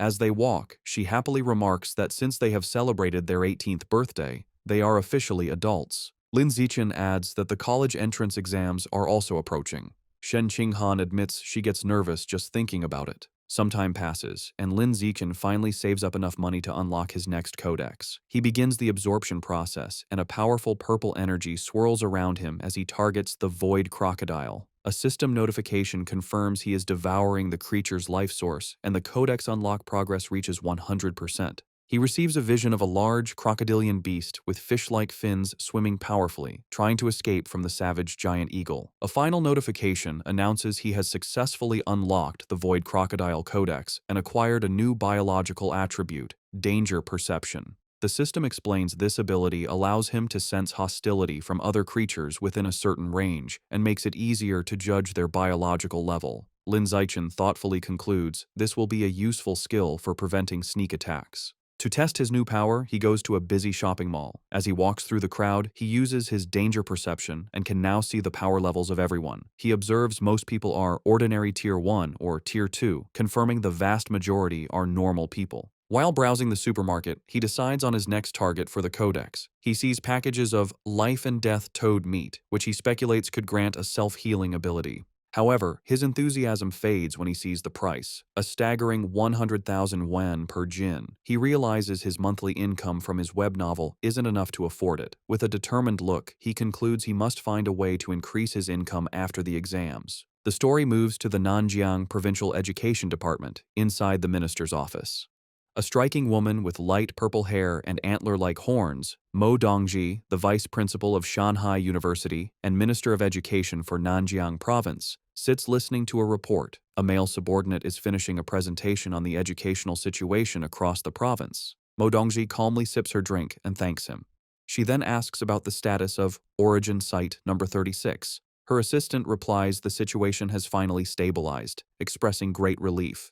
He explains that if it hadn't, the entire province would have been doomed. With nothing else to discuss, Mo Dongji tells him he can go. After he leaves, Mo Dongji is alone with her thoughts. She muses to herself that it has been many years since she last accepted a disciple. She walks to the large window, which looks out onto a beautiful tropical beach, and stares at her own reflection. The martial arts college entrance exam is an intense, 9-day ordeal. The first day consists of a written exam in the morning and a physical fitness assessment in the afternoon. From the second to the 8th day, students are sent into a forest for a week-long practical combat and survival test. The final 9th day is dedicated to an aptitude test for gene fusion and mechanical modification. The story picks up on June 7th, the first day of the exam. Lin Zichen and Shen Qinghan walk together, but she is clearly on edge. She nervously tugs on his sleeve, confessing how tense she is, her primary fear being that she might lose control of her bladder again. Lin Zichen looks at her with a warm smile. He pulls her into a comforting hug, telling her not to be nervous. Holding her close, he reminds her that her theoretical knowledge is solid and she has already taken precautions by wearing a diaper, so she just needs to do her best. His closeness makes her blush. Flustered but comforted, she promises she will do her best and tells him he needs to do his best as well. He agrees. During the written exam, Lin Zixin sits with a confident expression, easily filling out the test paper. He finishes long before time is up. With nothing else to do, he rests his head on his hand and brainstorms new plot ideas for his web novel. After the exam, he notices Shen Qinghan walking with her head down, looking upset. He worries she might not have done well. He approaches to comfort her, putting a hand on her shoulder and reminding her they only need to pass the written portion. However, Shen Qinghan quickly tells him she did very well and doesn't need his comfort. Confused, Lin Zixin asks why she looks so unwell. Blushing furiously, Shen Qinghan quietly confesses she had an accident and wet her pants again. She quickly tells him to wait while she runs to the restroom. Lin Zixin reminds her to be quick, as the physical fitness assessment is about to begin. Later, during the weightlifting portion, Lin Zixin demonstrates his overwhelming power. An announcer declares his final score as he effortlessly lifts a massive 950 kilograms barbell with one hand, leaving the other students speechless. His classmates erupt in shouts of disbelief, recalling his other incredible results, a 5.12-second 100-meter dash and a 4.91-meter vertical jump. After completing her own tests, a tired Shen Qinghan, in her gym clothes, approaches Lin Zixin. He asks how she did. With a weary but proud smile, she reports her impressive scores: a 9.32-second 100-meter dash, a 1.62-meter vertical jump, and a 125-kilogram lift. She adds with a small sigh that her results are still nothing compared to his. Lin Zixin praises her, telling her that with scores like that, she is a top-tier female student. He gives her an affectionate pat on the head, and she looks up at him with a happy expression. Sometime after, their classmate He Yu runs up, excitedly announcing their written exam scores are available. He tells them he heard Wang Shuojie and Lu Gang scored in the high 80s, and he himself got an 80. As he asks about their scores, a nervous Shen Qinghan checks her phone. Her face lights up with joy as she exclaims she got an 82. He Yu is stunned. They both turn to Lin Zixin. He calmly holds up his phone, showing a perfect score of 100. Shen Qinghan cheers for him, while a dumbfounded He Yu mutters that Lin Zixin is as freakishly talented as ever. Later, as they walk home, Shen Qinghan expresses her nervousness about the next phase, the week-long practical test in the forest. Lin Zixin takes her hand and reassures her, telling her not to worry because he will stay by her side and protect her. Comforted, she agrees to stick close to him. Meanwhile, in a private room, two mysterious figures discuss the exam. One man in a formal suit and a sinister plague doctor mask hands a small wooden box to a younger man.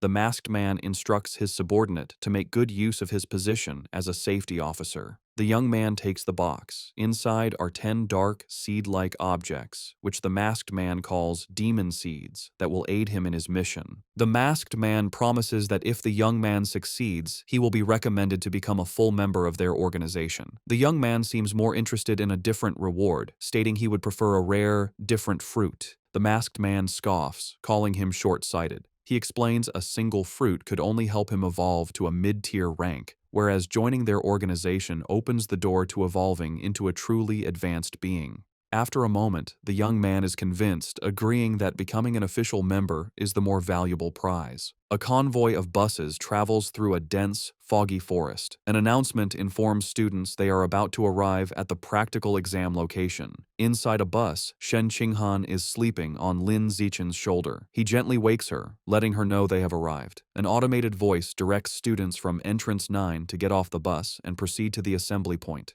The students gather at a large staging area where the rules of the week-long exam are explained. Numerous score tokens are hidden throughout the forest, some in hard-to-reach places and others carried by beasts. Safety officers are stationed near dangerous creatures, but calling for their help results in immediate disqualification. The most powerful beasts and the highest scores are located deep within the forest. A student's final grade is determined by the points from tokens and a performance review based on camera footage. With 100,000 students competing for 50,000 tokens, at least half will fail to score any points. The exam encourages both cooperation and competition. Students can team up to share tokens or steal them. An official announces they have 1 hour to prepare. Immediately, students begin trying to form alliances. One student loudly tries to recruit teammates by boasting about his father. Their attempt is quickly shut down by a strict female instructor who warns them against such open recruiting. Nearby, Lin Zichen and Shen Qinghan are snacking when a group of female students asks Lin Zichen to team up. He bluntly refuses.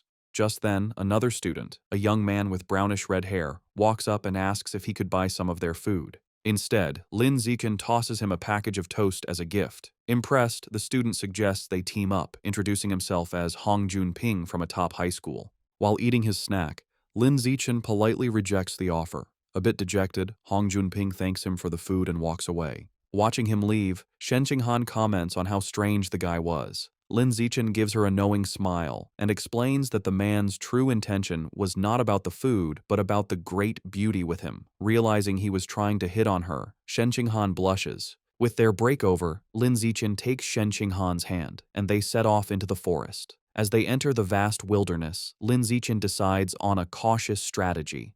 To help Shen Qinghan acclimate, they begin by searching for score tokens in the safer, outer regions. To aid their search, Lin Zichen activates his Eye of the Sky ability, his eyes glowing with golden light. His enhanced vision lets him instantly spot a target. He tells Shen Qinghan he has found a token at the top of a nearby tree and instructs her to get it. Eagerly, Shen Qinghan leaps high into the air with incredible agility. A moment later, she triumphantly holds up a token with the number 1 on it, happily shouting to Lin Zichen that she got it. With his Eye of the Sky active, Lin Zichen systematically scans the area, directing Shen Qinghan from one hidden token to the next. Soon, she has collected a small handful of 1-point tokens. Overjoyed, Shen Qinghan throws her arms around Lin Zichen in an excited hug, exclaiming how amazing he is. Their celebration is cut short as they are surprised by an unexpected arrival. It is Hong Junping who greets them with a smile. He holds up a large score token, stating he has already gathered 28 points. He claims he wants to repay Lin Zichen, but internally, his motive is to get to know the incredibly cute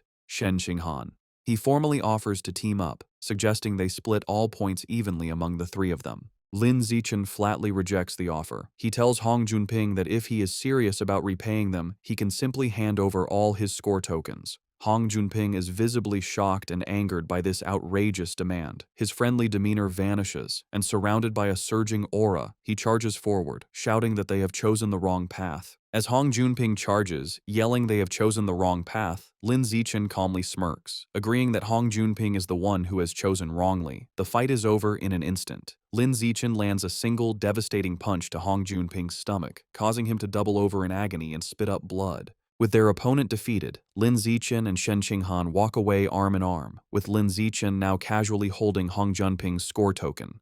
Behind them, their attacker lies unconscious. A concerned Shen Qinghan asks if he will be all right, but Lin Zichen nonchalantly reassures her that he didn't even use any real force. Over the next few days, Lin Zichen continues to guide and train Shen Qinghan. He helps her find more score tokens, pushes her to improve her strength by having her lift massive boulders, and teaches her practical survival skills like hunting wild boars. Their time is not all work. They also enjoy simpler moments, like gathering fresh fruit. They work as a perfect team, easily fending off other students who try to ambush them. When tired, they rest together under a makeshift roof. As Shen Qinghan sleeps on his shoulder, Lin Zichen looks at her fondly, wishing the peaceful moment could last longer. Finally, they arrive at the central area of the forest. Shen Qinghan points out a wooden sign that ominously reads, "Danger, Aberrant Beast Zone." However, as they venture deeper, they find it eerily quiet. Shen Qinghan observes that they might have arrived too late, as there are no aberrant beasts in sight. The only evidence that anything was ever there are large, unsettling bloodstains splattered across the path.